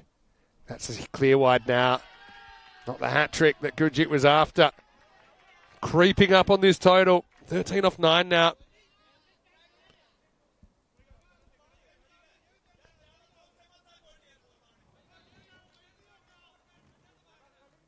Steve saying if the Capitals don't get home, it goes down as a choke. Well, all the South Africans out there. Get behind the Capitals. Well, Bowl does bring it back, not handled cleanly by Eunice, but doesn't give anything away. Top ball. He's kind of walking the tightrope without a safety net at the moment, aren't they? Punjab see Amadora, they know that kind of one blast out of the ground and they're miles behind. Still behind, but still with a chance. If you can be defending 10 or something in the last over. There's another dot. Patel, to be honest, I'm hooking him here. I don't think he's really looked that convincing. I think that maybe you put someone else and just they could have a swing at this ball strategically. And I don't think you take the single either, to be honest. I think who's on strike side of 10 is pretty important. But he's 3 off 6. Having said that, he might nail this one. Last ball of the 9th. Well, he gets a piece of it. And, well, no need for the hook because Dix comes at the right moment. And he gets the Maximo. The pressure releases again at 6 off the last ball of an over for the second time in a row. Gurjit probably wonders whether he should have had to have bowled those last couple of balls.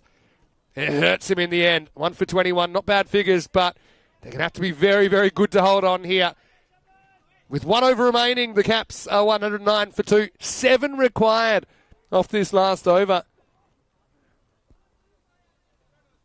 And Lovepreet is going to be the bowler. Bowling to Huda, who's set. I just think, if they can only concede a 1 here, okay, you'd love to get him out, but if you concede a 1, you might be able to dot up Dix Patel a couple of times, especially moving the ball away. Hafiz has a pretty good cutter right to left. Goes to it straight away and gets a dot. Well, Tingle is on here, I think. 7 off 5 now. Got to search with 1 boundary. I think if they hit 1 boundary, they probably win. Lisbon Capitals. Cramps him. They're going to go for it. It's a bit of a dodgy one. They'll get through, but that's not a bad result either. 6 off 4 now. But I will say this, they can win it with 1 swing of the bat. And I reckon something happens to your mind when you're batting and you know that a 6 can win. You start looking for it. And you're probably more likely to swing and miss. I also would consider here, if he misses it, they need to communicate, but they need to run. But Dix needs to hold that end safe for Huda. Doesn't want to run him out. 6 off 4. The Capitals, they can see the finish line. Lovepreet trying to hang on. Jams him. Single. Oh, Huda. I think it was more of a fake second run, but we've seen run-outs happen like that. 5 off 3 now.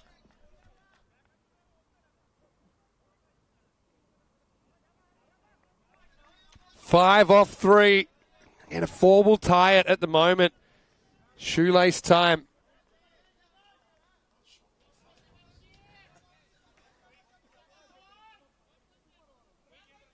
can really sense the nervousness for everyone around the ground at the moment.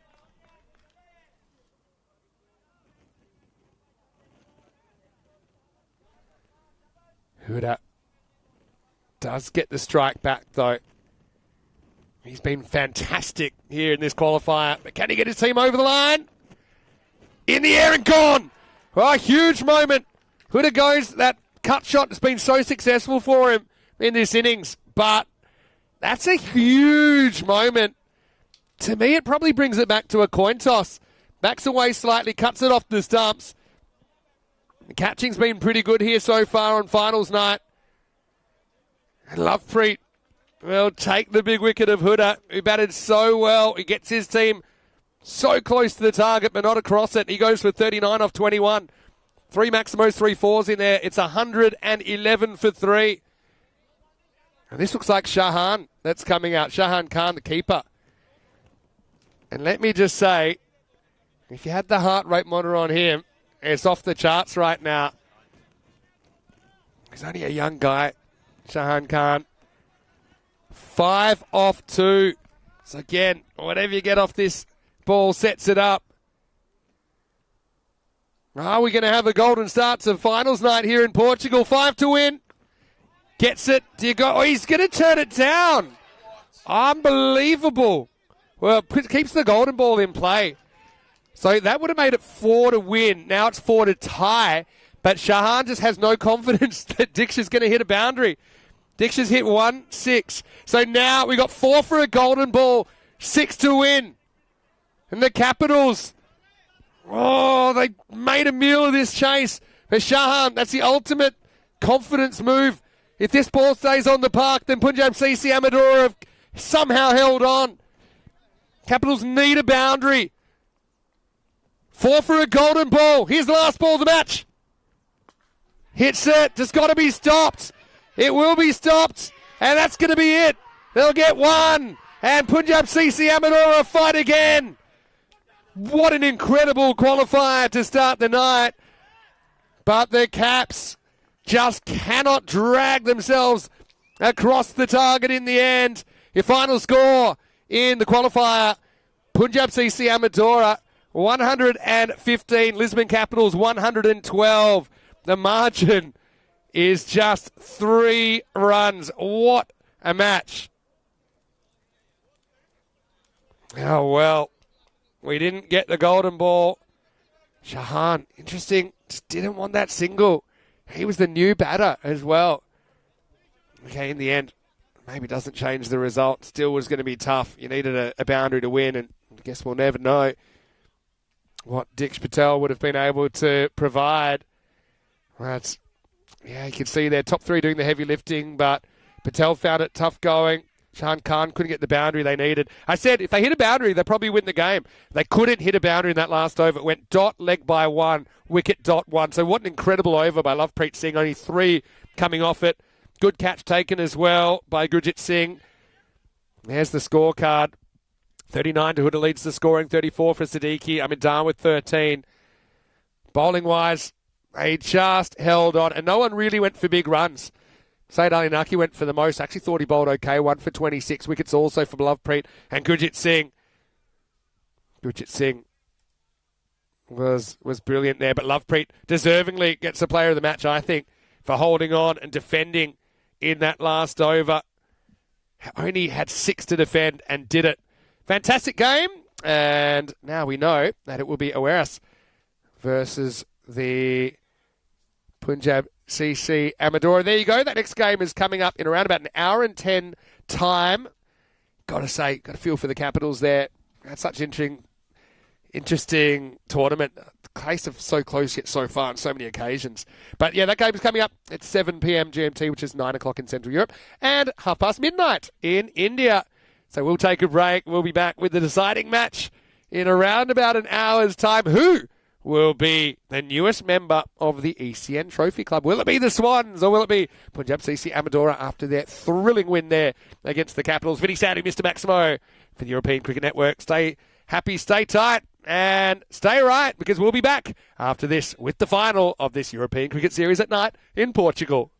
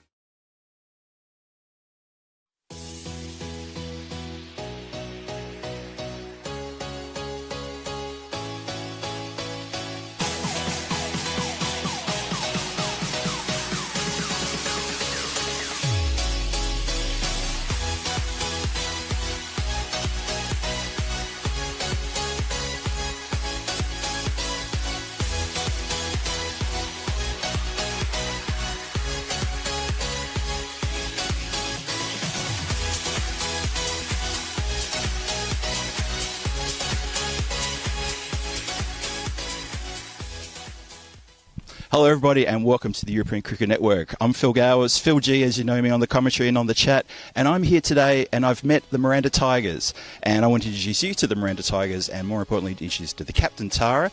Tara, cricket. What made you and the team here want to start playing cricket here in Miranda in central Portugal? Thank you for having me first. And I think it's just a really fun sport to be with your friends, to be with people, get to know them while playing it. I started playing because of my brother, and we played in our backyard a lot. But to be here with all of them and actually have a team building is something really exciting. That's fantastic. Women's cricket in Europe and around the world is coming up in leaps and bounds. We see it on the European Cricket Network. You guys must have a bit of motivation to want to do something like this. Tell me a bit about what made you want to play cricket here in central Portugal. You mentioned it before about getting friends and family together and having a good time and being competitive. What sort of challenges do you face getting a team together? I think watching the countries around Europe playing and really going to better levels is something that's really motivating, and it's something that I've been looking at and following closely. And I think we're starting to build something here, and just being here today is a huge first step in going to important tournaments and being on important levels of the world of cricket and all of that. Fantastic. Can I ask you, do you have any heroes in world cricket that you look up to, that you aspire to play as? I'm a huge Joe Root fan, and I model my game around him, and we work towards how I can play more like him. So Joe Root. Joe Root. Joe Root, there you go. Joe Root is a motivation. If you're watching, Joe, take a bow. And finally, I just want to ask you, what's ahead for the Miranda Tigers? What's the future look like? What have you got coming up in the next weeks and months and maybe the rest of this year?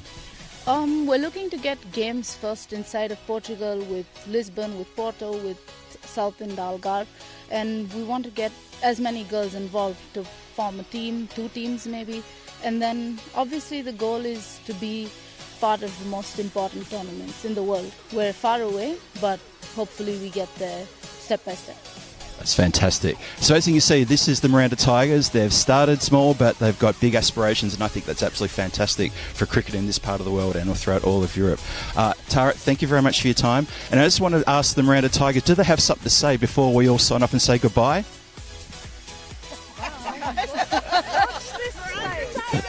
Tigers on the prowl, maybe? They haven't. I believe the catchphrase was Tigers on the prowl. But this is Phil G from ECN signing off and saying thank you from Miranda, lovely cricket ground here, and thank you to the Miranda Tigers.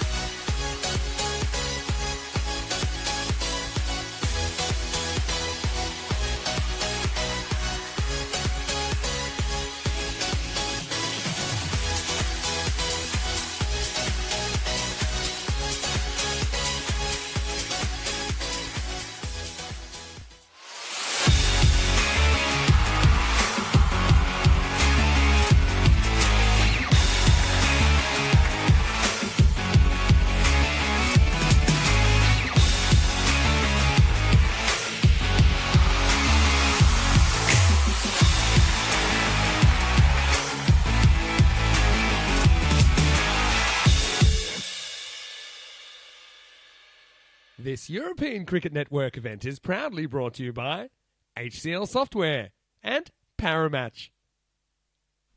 Good evening to you wherever you're watching from around the world. Get ready, get set. It's final time here at the Estadio Municipal de Miranda de Corvo, just outside Coimbra in Portugal, and it will be Oeiras and Punjab CC Amadora, the two teams that topped their groups that are meeting in the final. It was anything but a straight line to the final, though, for these two teams. Punjab CC fought back to win a really tight contest in the qualifier earlier tonight, holding on by 3 runs against the Capitals, Oeiras automatically qualified, but even that wasn't easy. They went down to their only loss in the tournament so far against this opposition, Punjab CC Amadora, last night. So big game means a big coin toss, and Shuv Navjot, and he's done a magnificent job during this tournament. He has the coin in his hand one final time. Well, he did at least. Let's see what happened at the coin toss for the final. Your call. Head is the call. Tail it is. We're gonna boil first. Lisbon Capitals won the toss and they will have a ball first. Well, controversy at the toss as the Lisbon Capitals looked like they stormed the toss. That wasn't the toss for the final. That was the coin toss from earlier on. But I can tell you at the actual coin toss for the final, Punjab CC Amadora won the toss and elected to bowl first. So they did win that toss, I tell you that much. So Oeiras going to be batting first, the Swans. I think they probably would have liked to have bowled first and known exactly what they had to chase, but ultimately they do get to bat first in this kind of twilight period. And I know that they were saying it as well, that they do prefer kind of batting under the natural light. So it's going to be a pretty exciting game. Conrad Greenshields leads Oeiras, who are missing a couple of players in this game because of the Portuguese national team heading out to Italy. So you won't see Junaid Khan, you won't see Said Maisim in the lineup for the Swans tonight. Punjab CC Amadora, pretty much the side that we've seen from them through this Super 5 stage for Oeiras. I think they'll probably open with Azim Sawa. Imran Khan's another one that's not in the side because he is with the team who are going to Italy. And so Mohammed Fahid comes in. Hassan Nassim comes in as well. Mian Shahid, I'm not so sure. I had him as the 12th player in this one. But anyway, I guess we'll find out.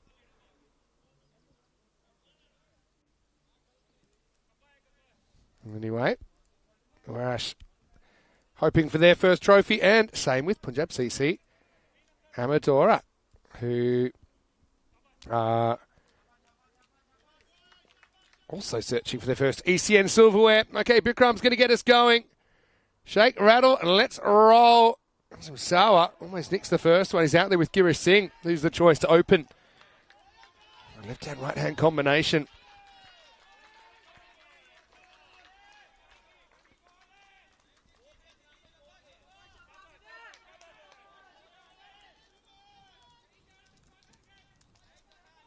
Great to have your company. A lot of people tuning in for this one. Hello to Diesel. Hello to Bruno, that is.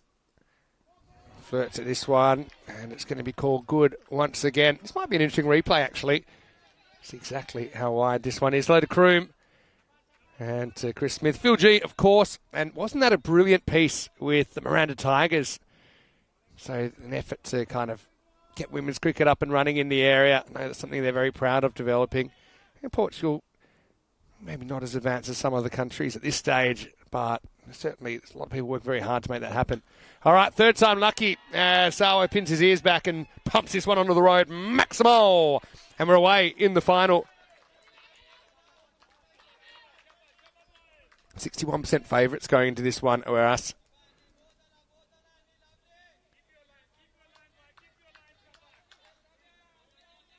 Yeah, definitely had Mian Shahid.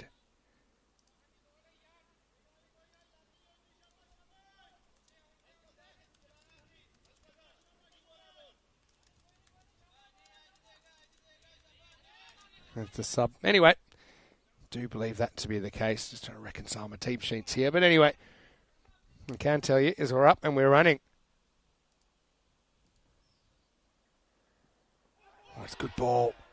Searching delivery, it swings late. It's got that natural left to right movement, doesn't he? Bikram, that's a good comeback.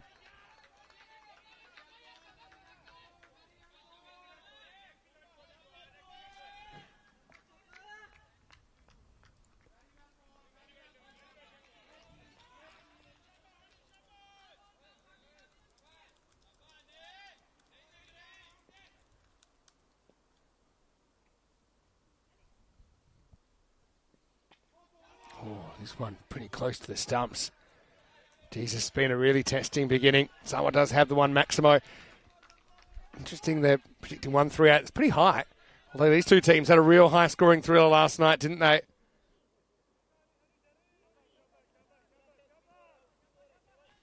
Whereas felt their only loss, but they put 145 on the board. And Punjab CC Amadora ended up chasing it down off the last ball of the ninth over.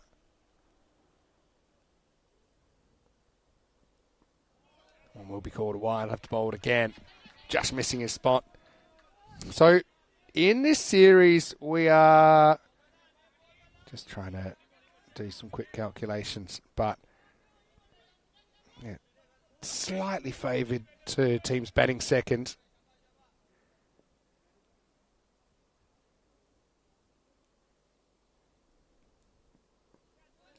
Down the leg side. That'll be caught, so that will have to be rebowled again. Yeah, 26-23 to teams batting second.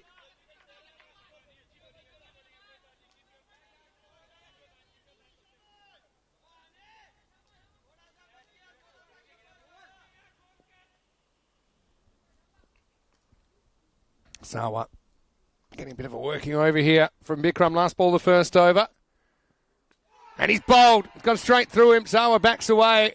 This one might have kept a little bit low, but he took a chance, didn't he, there, Azim, giving up his dumps, and he loses them. And Bikram breaks through early in the final, gets a dangerous hitter. Feel the pressure building with some of those dot balls, and so Eras have lost their first. At the end of the first, it's 8 for 1. So, once again, hello to all the viewers that are watching, no matter where you're watching from, how you're watching.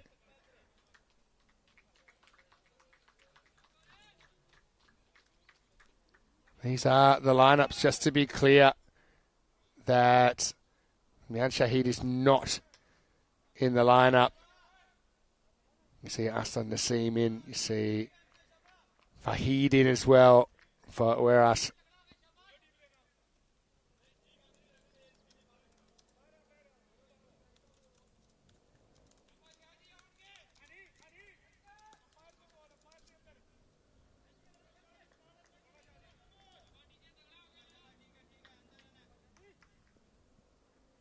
Said Ali Naki to bowl over number 2. Girish faces for the first time. That's going to be a wide, just misses the mark. Got to give a shout out to the umpires. I think they've been outstanding in this series. Krip Patel and Buck Stoneman standing in the final. But honestly, I think they've all been wonderful. Gaurav Singh also saw him earlier in the night. He's third umpire for this one, though. But it's been a great team effort from them. Girish backs away, misses this one. Opening bowlers from Punjab CC have been pretty effective.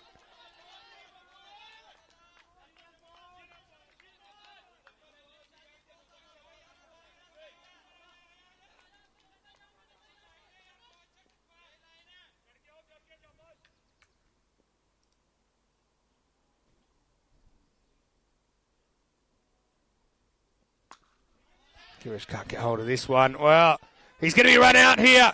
Oh, well, Conrad Greenshield's run out without facing a ball in the final. It's a diamond duck. And Said Ali Naki pounces on a slight opportunity. Just wasn't sure if he was coming or going. Took 2 steps too far and could never get back. And that's a huge moment in the final. Well done to Said Ali Naki for sensing the opportunity and had to hit the stumps. Conrad's been one of the batters of the tournament, but he's going to have to walk off without even facing a single ball. Unbelievable. Punjab CC Amadora, they were so close to being out the door, weren't they? Just didn't gather that Naki was going to field that ball. And even when he did, Conrad took 2 more steps in the wrong direction. 9 for 2 now. Oh, I don't really know what to think now. Well, that's always the bridesmaids. I've played in a final before. Punjab CC Amadora have never quite made it this far. So lights come on at the Estadio Municipal de Miranda de Corvo.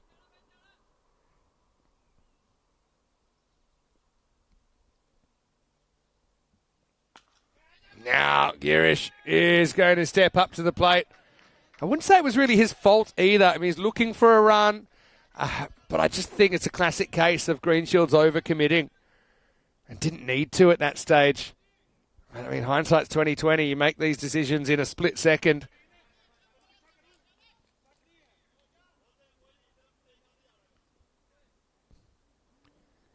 Diamond, Derek for Conrad. Pitches up and Gary's trying to get on with the power play. He's being joined by Gurjeet. So it's a classic G-Sing partnership again. Pitches up, tries to blast him over his head, just lose his shape slight in the shot. The DJ, Girish Singh.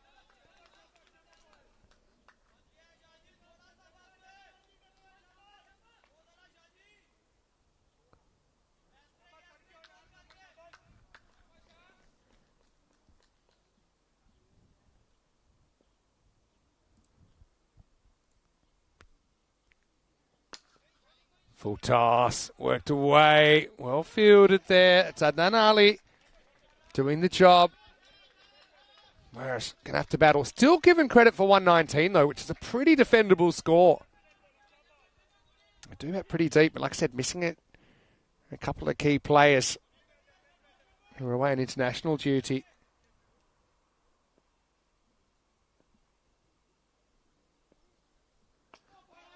Girish. It's Gurjeet, I should say, this time. Will push and get a run.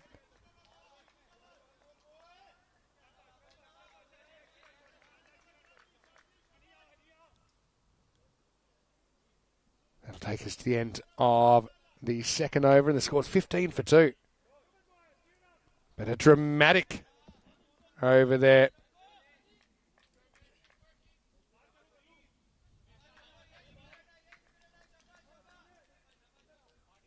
They're going to go back to Bikram. This is what they've done pretty much all the time. They've bowled out their openers. They've been effective. Swans with a tough start here, 15 for 2. And Bikram is looking to end the G-Sing partnership before it can hatch. Well, that's going to get away from the keeper. Couldn't get a full dive on bonus for the Swans there. They'll get 5 runs. The dreaded minimal. See the natural swing that he gets, and Yunus could never really kind of organise his footwork to get a proper dive on it. Phil G saying it all comes down to this, and spilled his drink in the process, or maybe spat out his drink with that run out of Conrad Greenshields.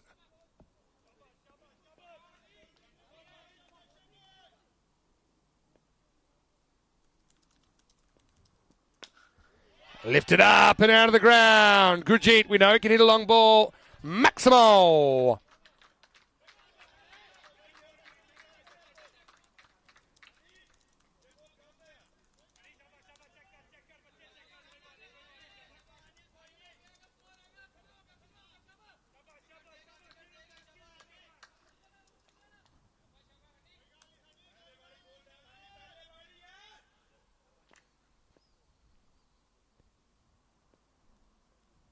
We're still slight favourites in this. It's a big in-swinger. Now, some hesitation, but there was always a leg by there.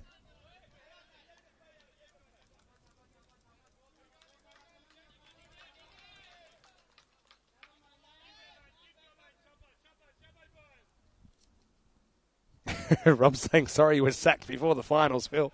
Well, that's a bit harsh. I don't think he was sacked. Phil stepped up, did a great job. Misses. Phil was just missing him a bit too much. Happy to have the bear back. This will be called wide. So we're fighting back. It's a real test of their depth here. Phil, I think, really enjoyed his time. There's been a lot of crew members that have helped out over the 4-week period. I want to say a big thank you to all of them, those that are here and those that have departed. Another big in-swinger. It's hard to fight the swing of Bikram. You almost got to go with it. Now he almost gets run out. I think that might have been out if it had hit. Get through for a leg by in the end.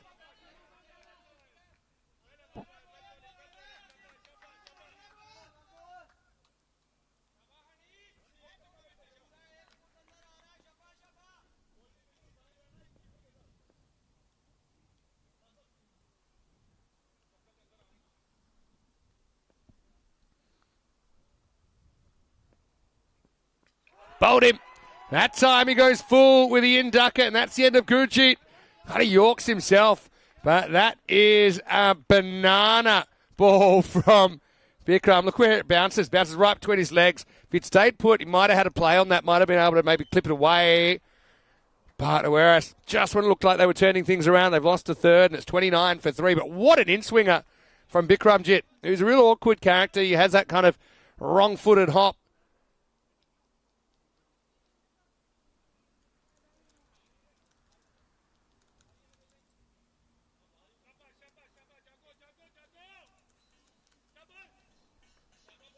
But what a moment there for Bikram in the final.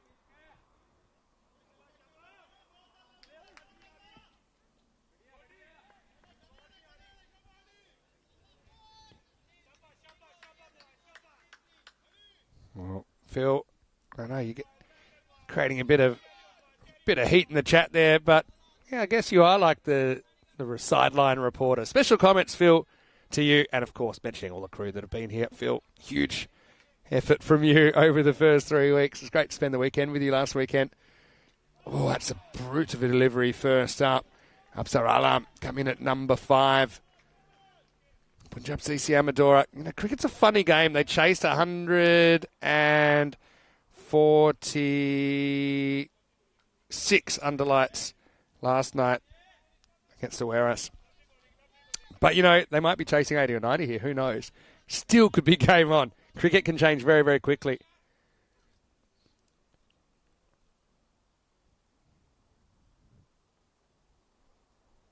Last ball for Bikram. It's a pretty good one. Again, swings in a long way. Had that ball moving, didn't he? That might have been close as well. It's backed up. So it'll be a single. And the end of the power play. Advantage to Punjab CC Amadora. As the Warehouse have lost 3. It's 30 for 3 after 3.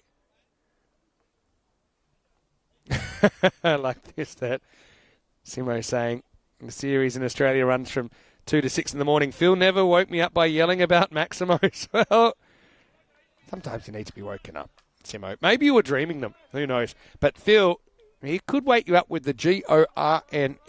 Gone.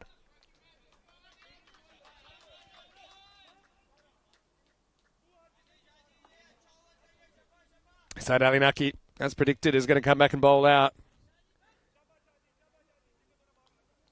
Tripp saying he's glad he made it in for the final. But Cyprus series not really working for timings for him. Understand that. It is tough. Cyprus series starts quite early because of the time zone in Cyprus and when the sun comes up. So when we get to Czechia, which is in, I'm going to say just over a week's time, it will be 2 hours later every day. So that'll start 7 a.m. GMT, 9 o'clock Central Europe, 12:30 p.m. India. Naki wheeling and dealing. As this one's a top edge, it's going to fly everywhere. Oh, well, it goes right back. It's a Baximo. And who cares where they come, how they come. Alam gets 6 runs. Naki rolls the dice with the short ball, but it comes up snake eyes. He shakes his head, wondering how that happened, but he must have known that was a possibility.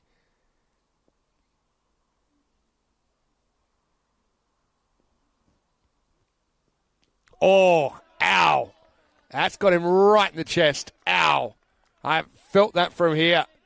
Gets big on Alam. Maybe we can see this on the replay because that's a nasty one, but he's tough. Look at this on the slow-mo. Oh. Okay, he's saying, yeah, I'm fine. Don't touch it. Gee. Well, here comes some relief. But I like this from Alam. He's just going to wave off. I think it's Naseem coming on to help him out, but he's saying, look, this is cricket. We're built for it. Doesn't have any protection in that area. Takes it right on the chest. Oh, geez, that takes me back. Alam takes a lot of guts to get behind the next one, which he will.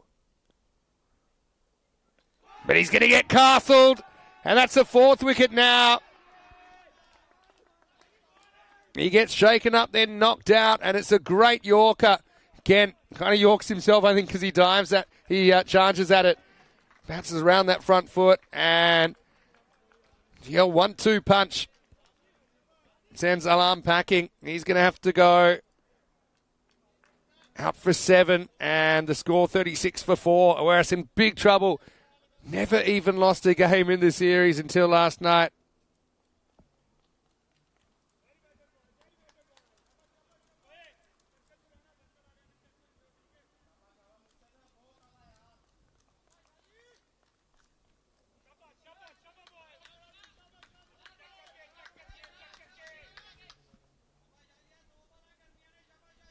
New batter comes out, Taj Muhammad. Well, he fancies himself as a bat. Finds himself with over 6 overs to bat with here. Hits the first one pretty hard. He still tests the fielder down there. Malabas does well.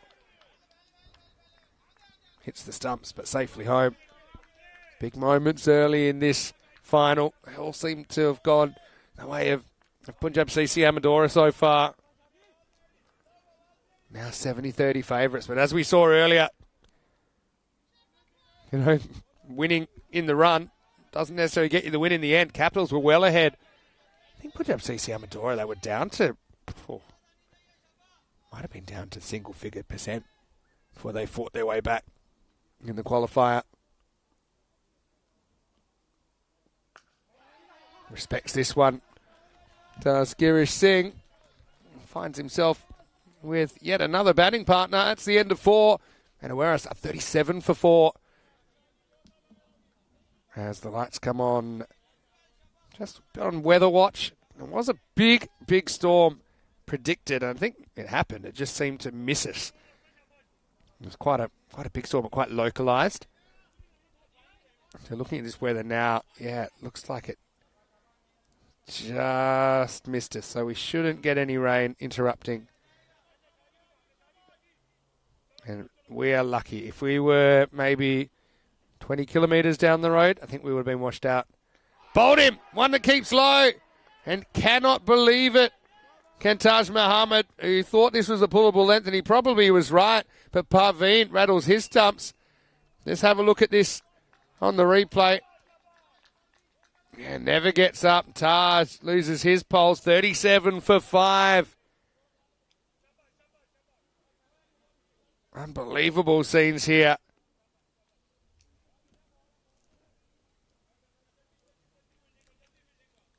I'm going to put a link in the chat a little while ago, and you can have a look, actually, how close that storm came to us.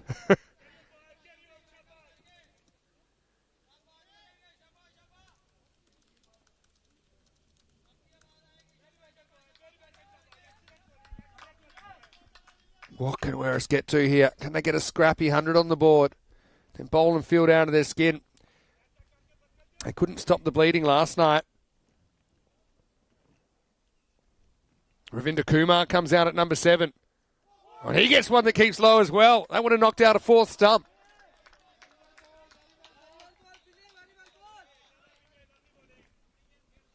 Parveen Singh.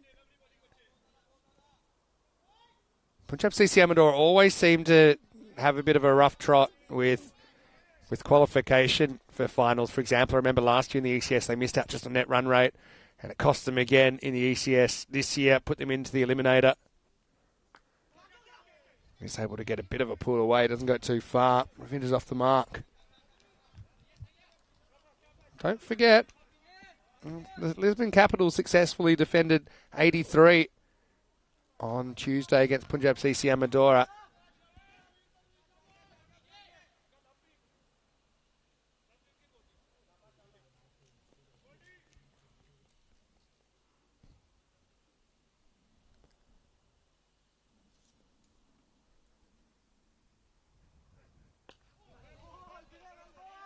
Girish having to work pretty hard for his runs at the moment.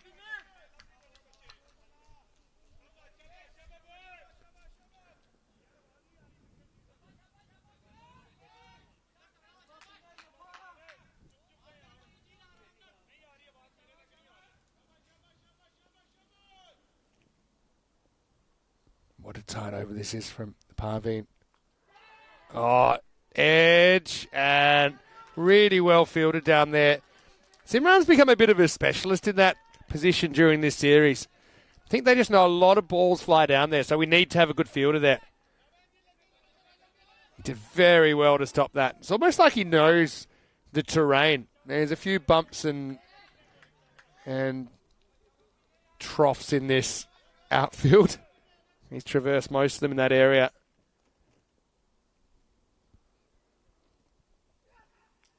Oh, French cut. I don't know if anyone's going to stop this, not even Simran. So he's there for balls behind the wicket, but that ended up being just out of his range, though. A bit of luck for Girish. He moves to 10, and that's the halfway point of this innings. 44 for 5 for Whereas after being inserted by Punjab CC Amadora. Whereas had some problems with extras last night as well. Had trouble it's not just them, but with some of their faster bowlers like Taj Mahamad just finding the right length to bowl on this pitch. A lot of balls flying over the keeper.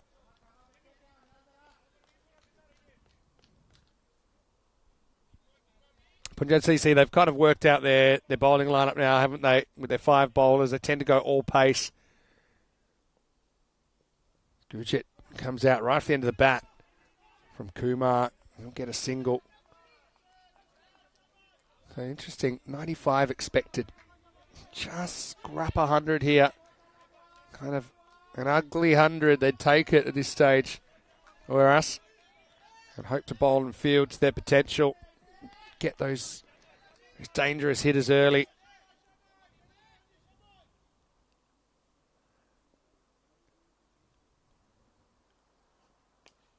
Clipped away, that'll be 4. Straying onto the pads a little bit. And Girish puts that one into the fence. Down by the old ticket booth. But, yeah, it's kind of attritional at the moment, isn't it? Girish being put up to the spot that was occupied for most of this series by Imran Khan. Wonder if they were tempted to open with Greenshields. Suppose if you knew what would happen now, you would have just stuck Connor up opening. Does have that big 100 opening that he scored earlier in the year against Ronan. I actually think he's not a bad option in the power play. They decide to keep him at 3.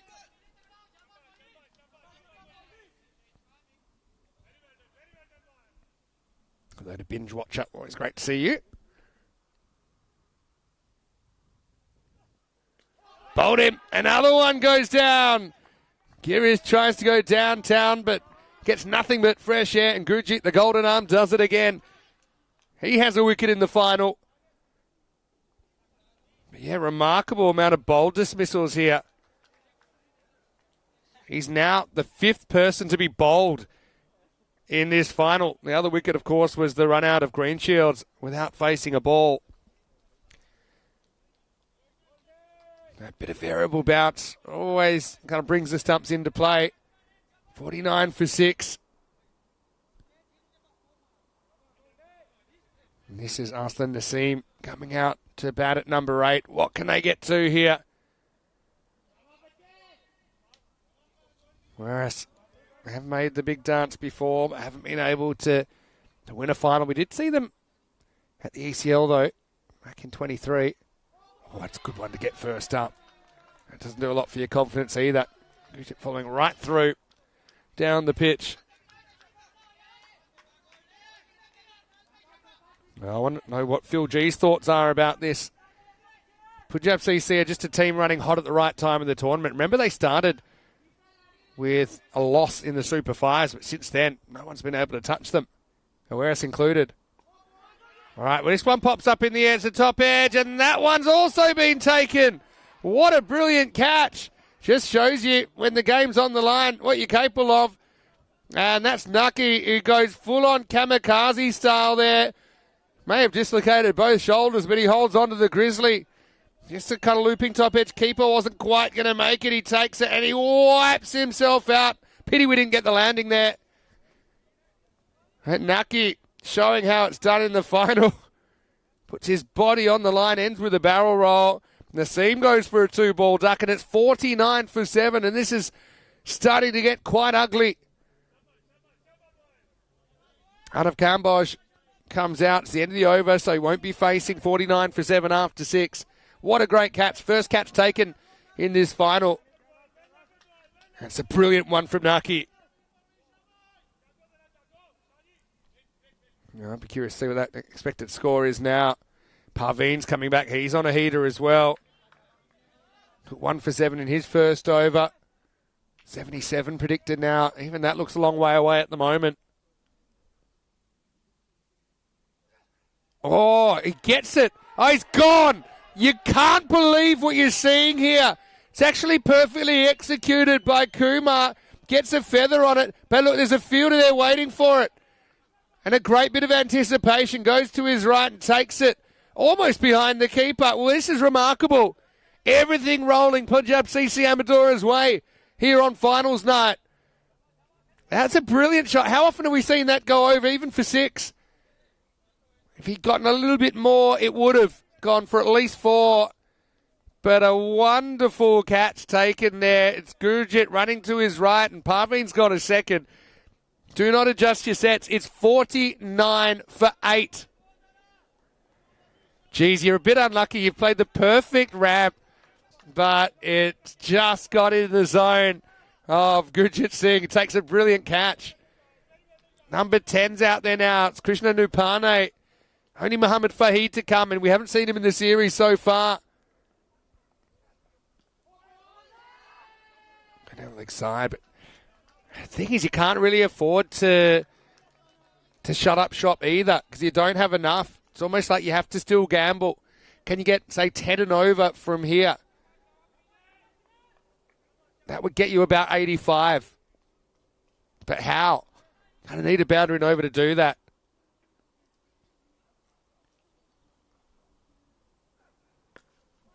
Upane, not the worst. But just you're acutely aware that you're running out of batting.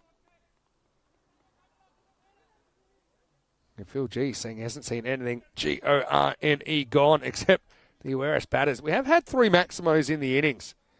One to Sawa early, and Gurjit and Hapsar were able to hit 6s, but just 3 6s, 3 4s. 50's come up.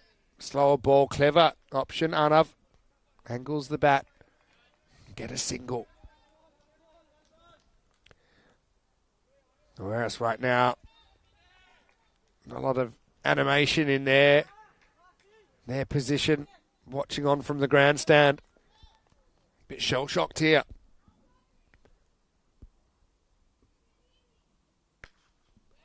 Not a bad shot. Bounces it over the bowler. They'll get 1. Such a remarkable game, cricket, isn't it? And especially in this format, on any given game, anything can happen.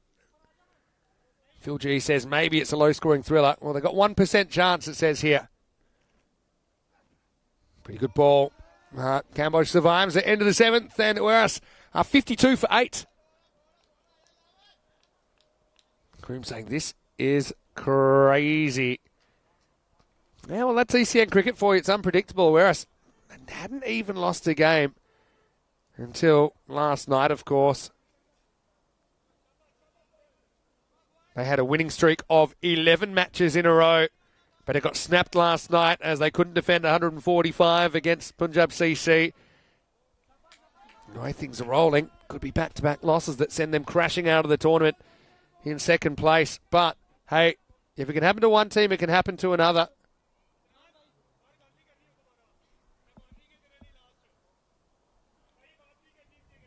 Eighth over. They're going to go to Lovepreet as the 5th bowler. Yeah, well, Simo's happy the lack of Maximos, meaning I'm not waking him up. Well, you need to have 2 eyes open to believe what you're seeing. It's not a bad ball first up. I think you attack the stumps. The amount of balls you can have in the stumps, well, the more you can have, the more your chances of snapping this partnership, and maybe you can rock and roll the Swans before the end of the 10. Clinging on to life. 53. Still 53, expecting 64 right now.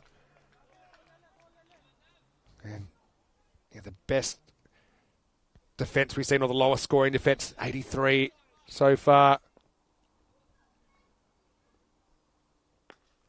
Pretty good ball. Pretty good shot as well. I think balls on the stumps. It's probably my tactic here if I'm coming out. Is balls on the stumps. I'm just trying to get one, trying to survive even. Doesn't matter if we're going to run or not. Balls off the stumps you can probably have a bit more of a go at. But you have to be quite reactive to what comes. Well, he goes for one of the stumps, hangs in the air, gets lucky. Gets quite lucky. Hits it as the throw comes in as well. I think he was going to be home anyway. Nupane. 55. Oh, I've seen some crazy finals in the past. Remember that Group D final back in ECL 22. Albi Zalmi of Sweden against MSC Frankfurt. Swing and a miss this time. Yeah, in that game, 66 was almost defended. Albi Zalmi ended up chasing the target of 67, but 9 down in the last over. Could it be something similar here? Goes on the pull, it'll fall safely. Nobody in the circle at mid-wicket.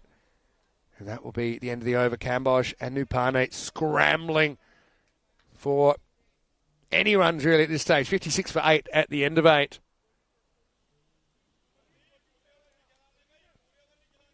Just looking up and down this scorecard, trying to work out where it went wrong. Obviously the biggest moment I think is the run out of Greenshields before he could even face the ball in the final. If you had your time over again, I think you open with him. He's a natural fit, I think, as an opener in this format. Girish was asked to open. Actually, to be fair to him, he has the top score, 14. But you see as the wickets have tumbled, the run rate has decreased. Single off the first ball, the 9th. I think I still have the same tactics here as a batter. On the stumps, play it with a straight bat. Survive it, maybe get a single. If it's off the stumps, go for it. Can you scramble it? A few late boundaries. Yeah, you can see the technique's not too bad here, but we haven't had a boundary actually since the second ball of the 6th over. So that's 3 full overs now without a boundary. Just singles. And also, haven't been giving extras up either. This one gets big on Kambosh. She swings straight through it. Hello to Julian Dawson. Great to have you. Hopefully you're enjoying the action from the comfort of your living room.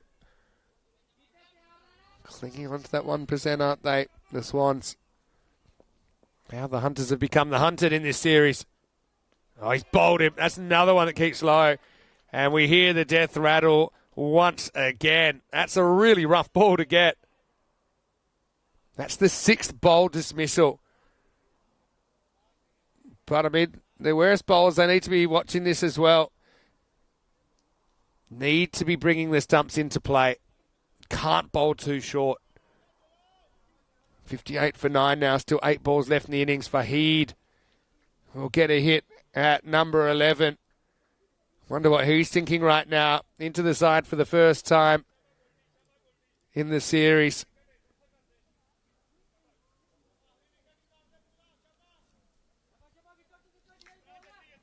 Drama in the final, but is there more drama to come? Is there a twist? Have to be a pretty big one. 8 balls to come, potentially. First one beats him upstairs. Gujit 3 for 7 in the final. What an effort.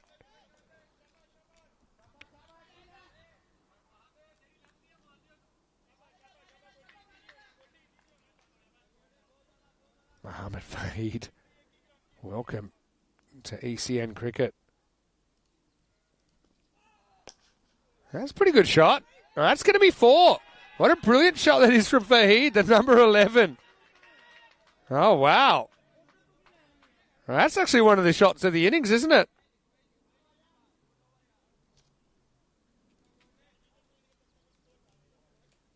Very good shot. Fahid drives nicely to finish the 9th over. 62 for 9, so they're swinging their way into the 60s. Anything's valuable now. Okay, we have seen 60s defended probably more than a dozen times on the network. 3 for 11. Brilliant spell from Gurjeet, though. Does finish on a bit of a sour note, going for a boundary. 2 for 10. Parveen was excellent. Bikram was excellent too. So was Saeed Ali Naki. It's been a real team effort. All 5 bowlers contributing. Lovepreet, his only other over went for 4. He's going to come back in the last. What can they get to? Like an ugly 70. Well, gets one here. And Fahid, I suppose you can have confidence in him. Having just driven the first one, well, first 4 in ages. Good question from Chris. Where am I watching Australia versus England tomorrow? I'll have to check the exact time.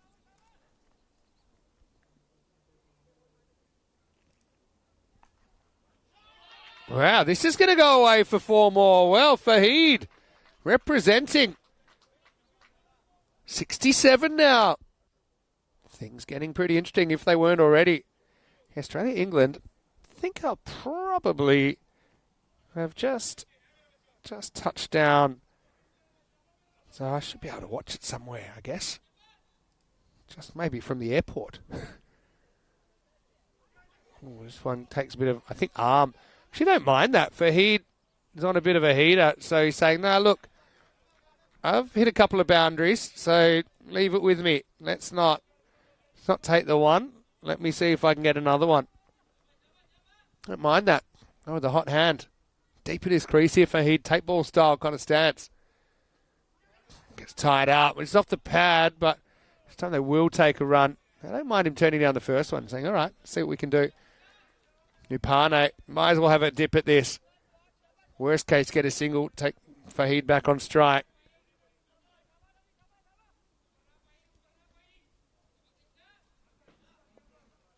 %. Well, Fahid's doubled their chances. Oh, it's probably the worst result. And so 68 on the board. Any score would set 70s. Shades of the Super Giants' effort against Punjab CC last night here. They made 69. Punjab CC chased that in less than 6 overs. His last ball. Yeah, they might as well go for 2 here. Should be an easy run out.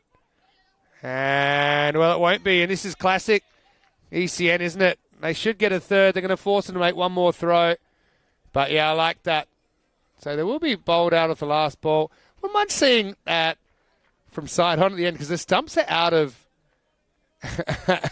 position. So I have no idea how that happened.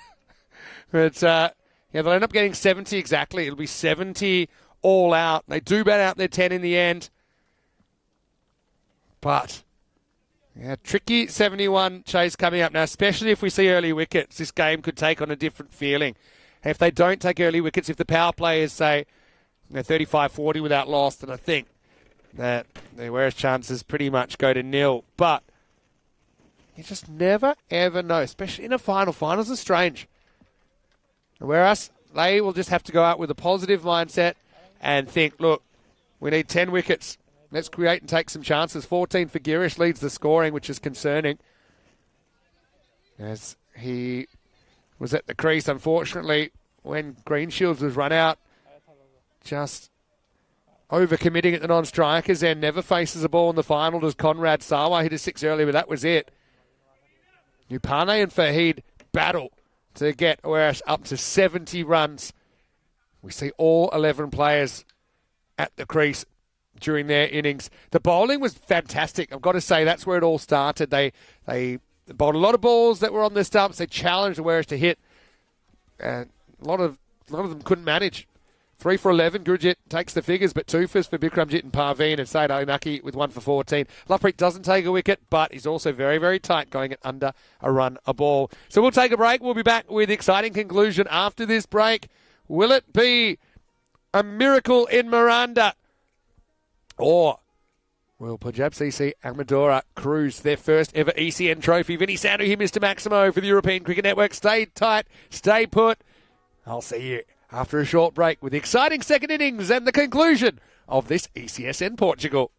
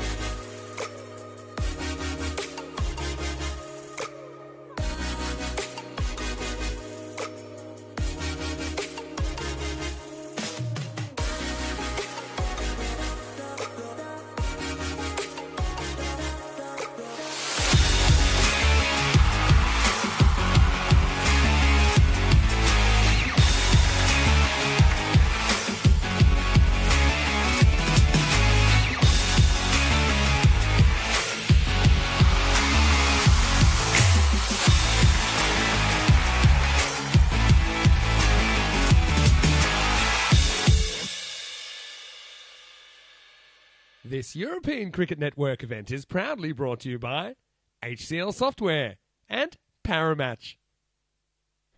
Hello and welcome back for the final time to the Estadio Municipal de Miranda de Corvo in Portugal. And well, this is probably a bit out of date now. That was earlier on at the start of this game. They were 61% favourites. Certainly not the case after the first innings. More about that in a second. Last night in Portugal, but we do have Cyprus ongoing.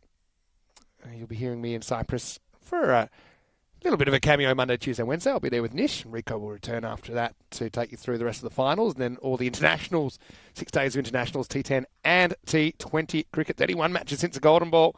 Well, this will be a dramatic one if it is here in the final. Now, we do have some history, don't we, in the final? We have had a Golden Ball during the day series at the Santarém Cricket Ground back in April. These are the matches tomorrow. The next cricket you'll see on ECN, of course, will be in Cyprus starting tomorrow morning. Nice and early, 5 a.m. GMT, 7 in Central Europe, and 10:30 a.m. in India, kicking off with the Nicosia Tigers versus the Telugu 11. They'll have the Tigers tangling in match number 39. Nish doing a great job beating the heat out there in Ipsonis in Cyprus. Finney Sander here, Mr. Maximo at the wheel. They are defending only 70 runs. Dramatic. They lose all 10 wickets in the 10 overs in the end. This is where it's interesting. It looks like they're going to start with Absar Alam. I would have been tempted to go for Taj Muhammad straight out of the gate. Your fastest bowler, and just try and blast your way through. But yeah, it's tough. Everyone's going to have to bowl well for Oeras. That certainly was the case, wasn't it? For Punjab CC Amadora. Will it be a miracle in Miranda? 10 wickets, that's what Oeras are thinking. They're going to be like a pack of dogs here. Imran and Arshad. Arshad faces up for the first ball. Here we go with the chase. And it's going to start with 4 runs, and that's not the greatest start at all. Well, it's fieldable. Cambodge couldn't deal with it in the boundary.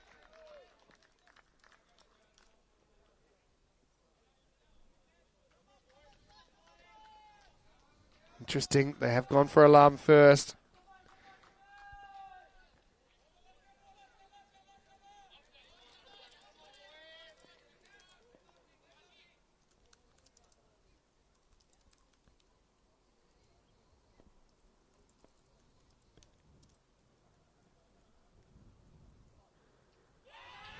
Missing leg stump, but you will get a big appeal there. They won't get a run.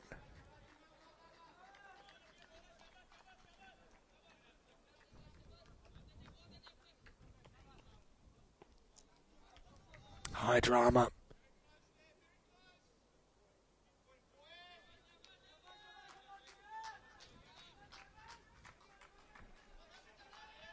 That one hits him. I think it already hits him just outside leg stump. Arshad faces up. It's a ball in that zone. He doesn't really like that zone, Arshad.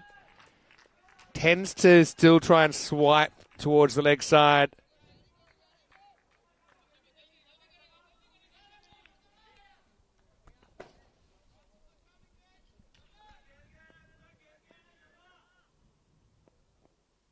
%, clinging on to it, Meras. Well, swings a bit. That's a positive, I suppose, but Alam misses the mark. Punjab CC Amadora, they're about as hungry as any team could be for a trophy as well. They've come close many, many times. Always seem to find a way to fall by the wayside, but here they are. One hand on the trophy.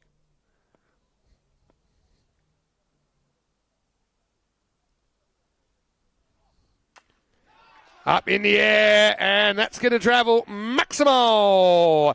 Is that bit of width and that away swing that Alam's getting as well. Arshad does deal with this one well, and it's just a better option from Aitzaz Arshad to go with the line of the ball. Hello to Sriya, who's in the chat. Sriya, great to have you with us. Loved your umpiring, by the way, in the Miranda Mirage. Oh, that one comes straight back over the stumps. Good take by Green Shields. He's got the gloves for the Swans. Alam's probably thinking, though, hey, when we were batting, those were crashing into the stumps. Now, you've got to hand it to Punjab CC Amadora. They bowled really well as a team. The other thing was they just seemed to get that ball to shoot through at the right time, and it caused disastrous consequences.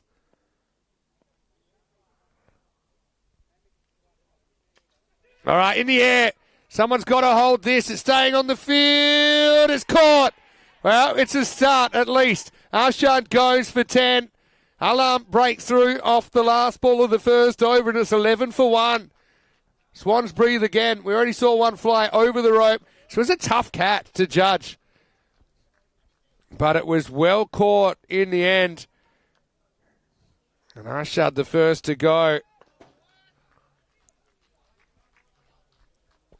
Really well taken down there.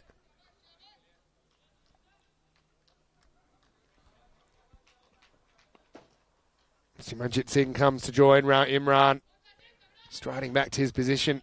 Rao faced for the first time now. Ravinder Kumar with great catch, though, to remove Arshad. So you just got to be thinking 10 wickets. 10 wickets, now 9 wickets. And they are bringing Taj Muhammad on. I like this move.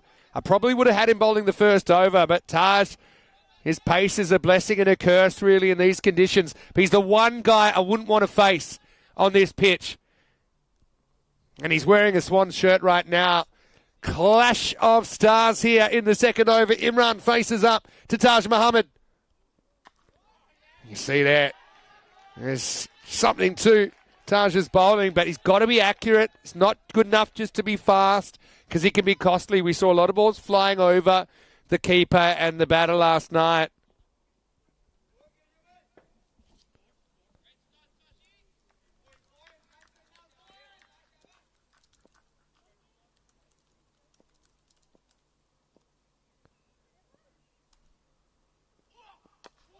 Pitched up, worked away nicely.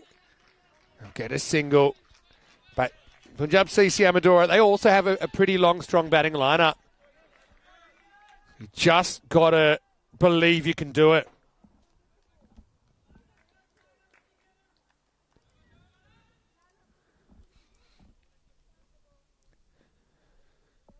Taj Muhammad, every ball's precious that he bowls. You just have that feeling he's got 10 potentially still to bowl in this final. Half pull. It's well dealt with there from Simranjit Singh. On the counter-attack, he gets 4. It's not an easy shot because you never quite know how much it's going to bounce. I feel the next one's going to be even quicker, though, from Taj. He seems to be bowling with himself a little bit. I think he's probably realising that if he's inaccurate, it's going to be trouble. Simran off the mark. First ball. Oh, it's a loose shot. It's a real loose shot from Simran. That's the pressure of the final. Tries to heave this out of the ground. And if there was a fourth stump, it would have been knocked down to the ground. Every ball's an event at the moment.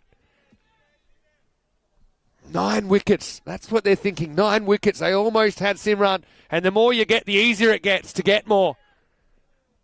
Still tension in this final.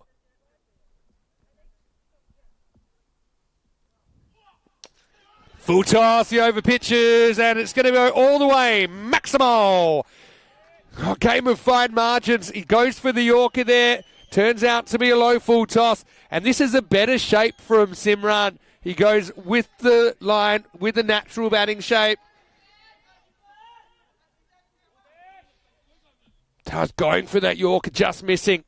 Back to live action. Now throws his hands at another one. This is going to fly all the way over the grandstand. Maximo. And that'll take us to the end of the over. 17 come off the second, 28 for 1. Normal service resuming. Whereas just has not been their night so far. 43 off 48.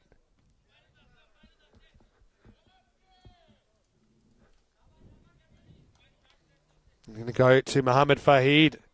Now he's been injected into the lineup, probably saying, all right, you batted pretty well. You batted down at 11. Saying, all right, make something happen for us here. So trying things, the Swans. Over number 3 coming up. Imran only faced the 2 balls so far. Have to be an epic collapse, really, for Punjab CC Amador to lose from here. But just look what happened in that qualifier. It turned around a lot. First one's a bit wild down the leg side.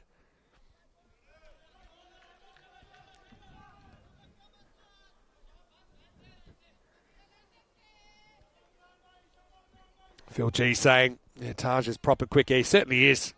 I guess he's the one guy, I think he's the most challenging to face. Probably didn't quite get his areas right in that first over. That's a pretty good delivery from Fahid. They might have just discovered one here. Oeras.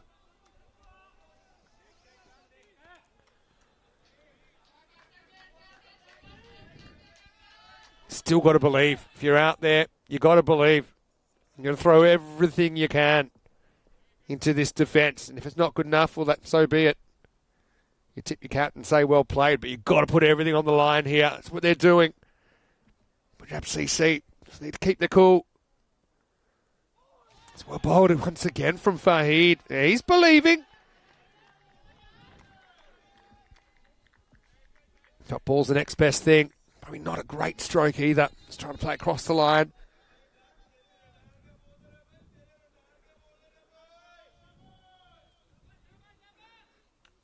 What a time for Fahid. Come in, play your first game in the final. He's representing a bit of an unknown quantity, I suppose. He's bowling with good rhythm here.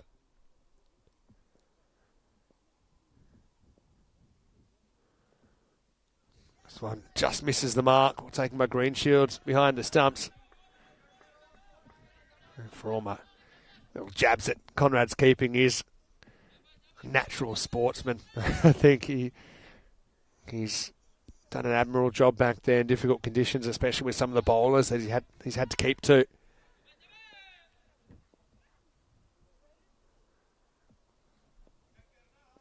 Imran 1 off 4. Not a convincing start. But that's pretty convincing. He lifts it up over the leg side and puts it across the street. Maximo is lost in the jungle. Watch out for the Wolves. Imran with his first boundary, and it's a Maximo. 36, already halfway there, quarter of the way through the innings.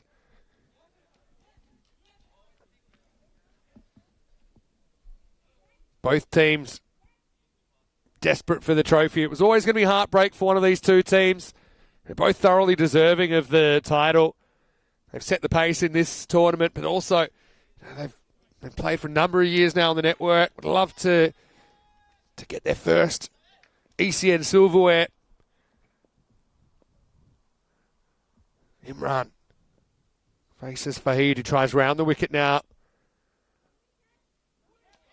Gets that angle across. Imran misses out. But you can just see, now I'm not saying it's luck, but the luck has certainly been with Punjab CC Amadora as well as them playing well. So, for example, that's the kind of ball that would have crashed into the stumps in the first innings, might have kept a bit low. And how many balls have almost knocked Imran stumps over but haven't? Just seemed that everything in the first innings seemed to find the timber. Fahid searching for his first ECN wicket. Keeps low. Conrad does well to keep that in front of him. He's been pretty good over this. But that's the thing, pretty good's not even good enough at the moment. You need almost perfection, don't you?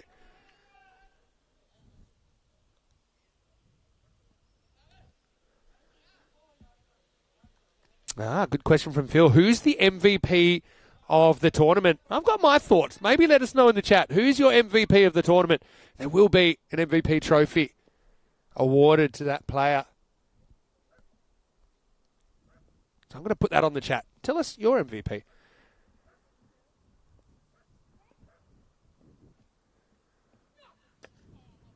Well bowled. It's been a pretty good over from Fahid. Quite the discovery from Mohamed Fahid. He'll go for 8, but it's 36 for 1 after 3. And I did say this, if there's a kind of normalish power play, I'd say the 30s for 1 is in that kind of region. This game's pretty much as good as done. Looks like they're going to try Sawa, so a little bit of spin here. Only an epic collapse, really, which do happen, and we've seen them happen. Probably slightly more likely to happen in the final as well, I think, with the extra pressure, but still, it's a long shot. Have a look at that. Just the one double figure over. Had to work really hard. Look at those wickets clattering as well in that first innings. A few people saying Phil G could be the MVP. That's not a bad shout. Yeah, let us know your MVPs. Probably think there's a few. This guy would be in the conversation. Sawa.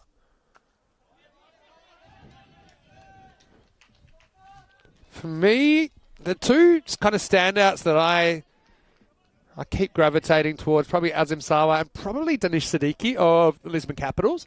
I think his all-round contribution has been huge for them. That's a blast. And Simran is going to go and find the roof. Maximal. Well, that is an absolute bomb from Simranjit Singh. He's come out and he hasn't really shown any signs of the pressure. 42 now.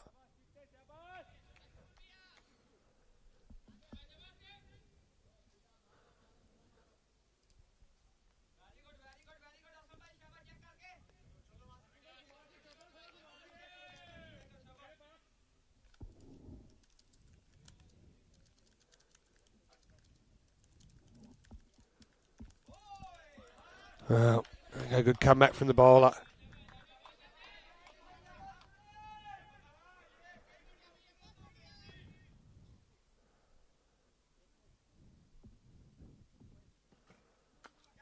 All right, in the air, holding up, but this doesn't carry. This kind of sums it up.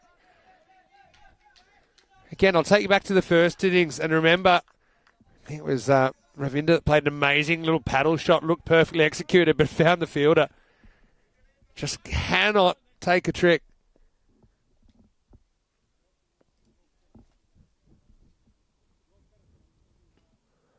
This one almost misses the pitch. It's going to bounce away from Green Shields. Great bit of fielding. You love to see that. Speaking of the devil, there's Ravinder, and it's going to be a run out. Well, there you go.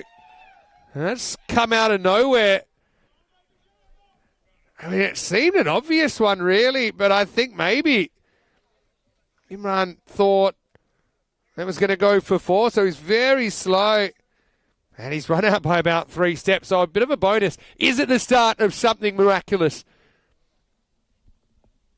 As a brilliant piece of fielding is rewarded. In the first place, Ravinder did brilliantly to make the stop.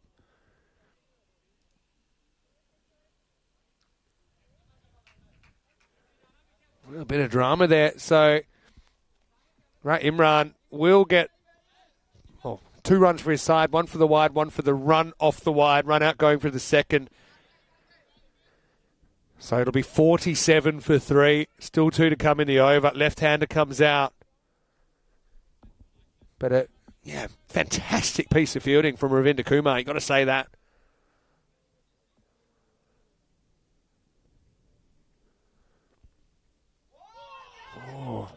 Big swing and a miss first up, searching for that leg side. So interestingly, he's staying around the wicket to left-hander, wants to get that cross angle going.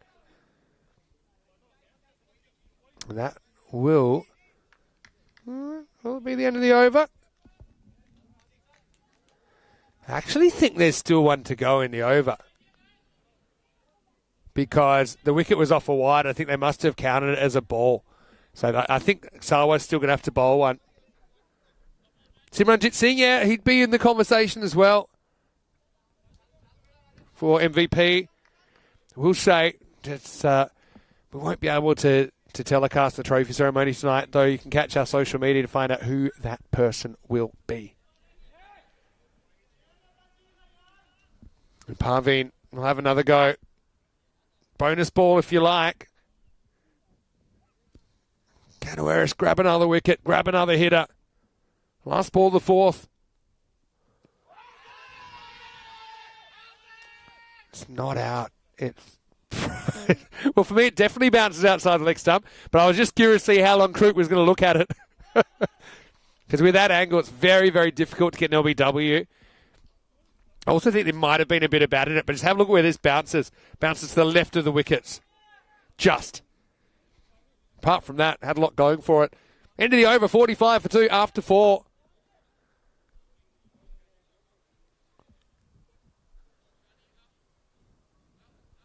But have a look at that, Awarish. Worm never really got going. Never really got past 10, did it? All right, they're going. Sticking with Fahid. I don't mind this. Bowled a good first over. Need wickets, need them fast here. Need 8 of them. Had one gifted to them last over. Simran faces up. He's on a heater, and he's not going to stop anytime soon. Maximo! That one disappears into the night. Simran turning it on in the final. 50 comes up for Punjab CC Amadora, and surely heading for their first ever ECN trophy. Fahid, I would go back over the wicket here. I don't think that the around the wicket's going to be the tactic to Simran. I think you just got to try and get him out in more of a regulation fashion. I think he knows he can't really be LBW here, stepping across and swatting away. Simran, 29 out of the 51 runs. Yeah, he's going to go again. He's going to go high. He's going to go into the sky. And Maximo says mass. And this tournament is not too much longer for this world. It's going to be a tough night for the Swans to swallow. But celebrations for the Punjab CC Amadora organisation. All the work they've put in. Players like Ranasawa will be watching, I'm sure, and enjoying what his team are doing here. 14 to win now.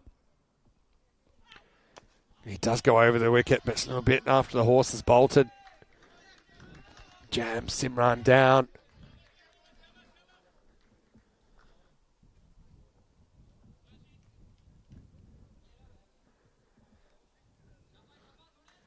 Fahid, well, he's battled hard for his team here. Remember, he came up with a couple of boundaries late in the piece to get that score up to 70 in the first place. In the end, a good toss to win, I think, for Punjab CC Amadora. And then they bowled and fielded really well. Well bowled. Just gets past Fahid. I think he's home here. They want to have a look. See, it's on the replay. I think he's seemed like he was in. We'll check it out in the replay. I don't think that he seems too bothered. Maybe gets really slow. Is the bat down? Yeah, it's down just in time. Good awareness to like see when that throw was going to come in. Make sure he got the bat down. Not out the signal there from Buck Stoneman. Yeah, before we go, I just want to say a big thank you to Barry and Nina from the Coimbra club here and all the ball retrievers, all the ground crew for helping us out, the umpires. They've been magnificent. The players who've actually had to travel a long way, sometimes doing kind of 400 Ks in a day to play their match. I just think the commitment has been next level. So I really want to say our heartfelt thanks go out to all the players. That's going to fly away. No chance to be stopped. That's going to be 4 more. Fahid, he deserves a wicket here, I think. Hasn't got one as yet. Simran, a bit more good luck than good management that time, but he still gets 4. Ironically, that goes into the Simranjit zone, doesn't it? Down at deep third. Yeah, but I want to say to all the players in particular, big thank you has to go out to you for making this series happen. To all of our production crew, to our Blue crew, of course, everyone behind the scenes. Phil G obviously deserves a big, big mention. Simran 40 off 12. I suppose footnote could be, could he bring up his 50 in a 71 chase? Well, in the air, it should be gone. And a pretty good catch there from Azim Sawa, so it won't be 50. It will be a first wicket for Mohammad Fahid, though. He deserves that wicket. I thought he's tried his heart out for the Swans tonight. But Simran breaks the game wide open. It's a matter of time now to Punjab CC Amadora cruise to the trophy. He leaves his team at 63 for 3. Just 8 runs to win. 5 overs in to this second innings.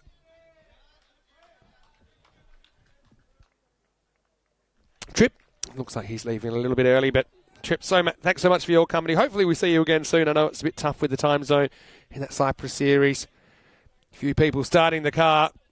Probably fair to say. Taj Muhammad's going to come and try and pull off a miracle. Well, I have seen a team lose 8 for 4 and lose a game from this position before. Could have happened here. Parveen faces up, hits hard, and that's a pretty good stop. Somehow it's kept inside the line, and they'll only get a single. Didn't really run that hard.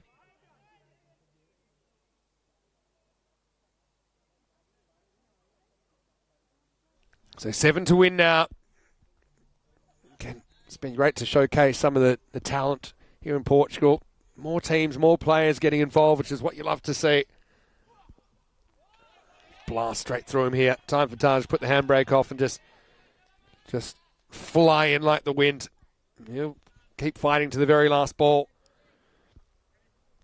Yeah, Barry and Nina deserve a special mention, but even to Bucks and Anna Stoneman, and I think I mentioned the umpires already. I think that they've been outstanding in this series in these conditions, sometimes very hot. For example, that 4-game day last Saturday. Big swing and a miss. It's again from Adnan Ali. He's also had a pretty good tournament, hasn't he?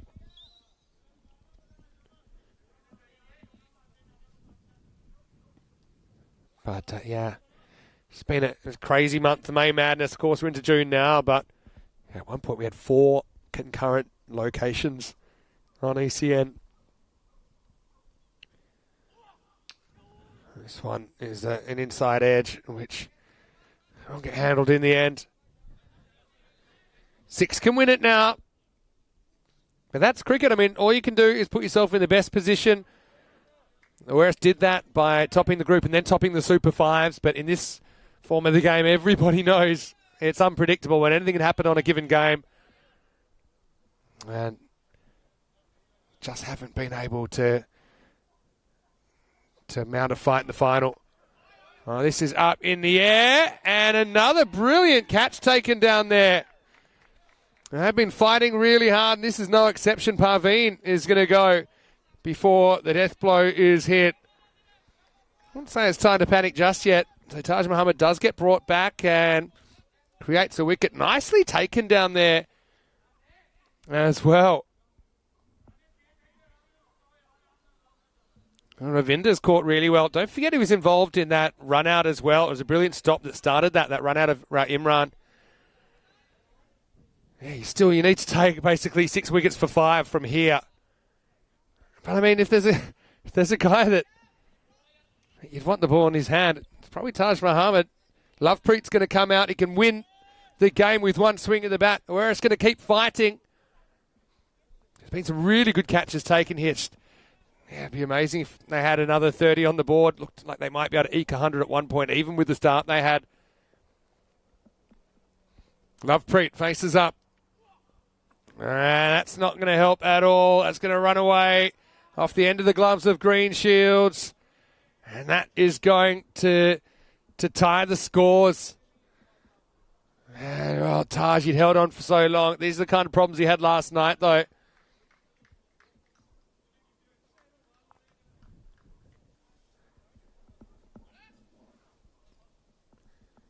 Lovepreet, just by existing, gets 5 runs. 1 run to win for Punjab CC Amadora. And that will do it. Punjab Cricket Club Amadora, they've turned the night red here at the night series, and they have their first ever ECN trophy, winning with 4 overs to spare. The team we saw in the very, very first game. They win the last game of the series, match number 52, the final, and it goes to Punjab CC, who just were able to light up the night. Started with the ball, started by skittling a very, very talented Whereas batting lineup, they did that with some very accurate bowling, making the most of the facilities, and then held their nerve under the blowtorch in the second innings, whereas we're always going to fight for every run. And again, you've got to feel for the Swans. Again, that ECN trophy eludes them, but they have been wonderful the way they've gone about their cricket, and obviously with how they've conducted themselves over the period of this tournament. Here's the final scorecard then of the ECSN Portugal, chasing 71 to win. Punjab CC Amadora get there with 24 balls to spare. 40 from Simranjit Singh broke the back of the chase. 5 Maximos, 2 fours. It would have been interesting without him. Really, it might have been the same story that we saw in the first innings. At Punjab CC Amadora, they've waited for a long time to taste the success. There's the bowling scorecards. Alam and Taj Mahal with wickets, and Mohammad Fahid with a wicket as well. His first in ECN cricket. Salah was sighted, bowled a decent over, went for only 9, but to Punjab CC Amadora, they will enjoy this moment. Like I said earlier, you can see them celebrating there in the background. They have really enjoyed their cricket, enjoyed each other's company, and they will enjoy the moment, that's for sure. Again, big thank you to all the players for the sacrifices that they've made to even be here. Hours and hours of travel daily to get to the Estadio Municipal de Miranda de Córdoba. Again, big thanks to Barry and Nina, to Bucks and Anna, and everyone. Ali's been driving us around as well. To Paolo as well for his support, to all the Blue crew, to all the crew behind the scenes. It wouldn't be possible without the work of so many people to get this series up and running. Like I said, we won't be televising the trophy ceremony this evening for logistical reasons, but you can check out on social media the MVP, and also you'll see the Punjab CC Amadora side with that trophy. But for now, it's Vinny Sandhu here, Mr. Maximo, for ECN. I'll see you in Cyprus on Monday, but Nish will be carrying the weekend tomorrow and Sunday in the heat, so make sure you join him for that. 5 a.m. GMT, which is 7 o'clock in Central Europe. It's 10:30 a.m. in India. Thanks to all the chatters for such great company. Again, I've got to mention Phil G one more time. Thank you so much for making ECN what it is. I'm going to sign off now and get ready for the festivities, but on behalf of everyone here at the European Cricket Network and the European Cricket family, final reminder to like this video, subscribe to the channel if you haven't already. Don't forget our social media at European Cricket. That's where you can check out all the post-match stuff, and also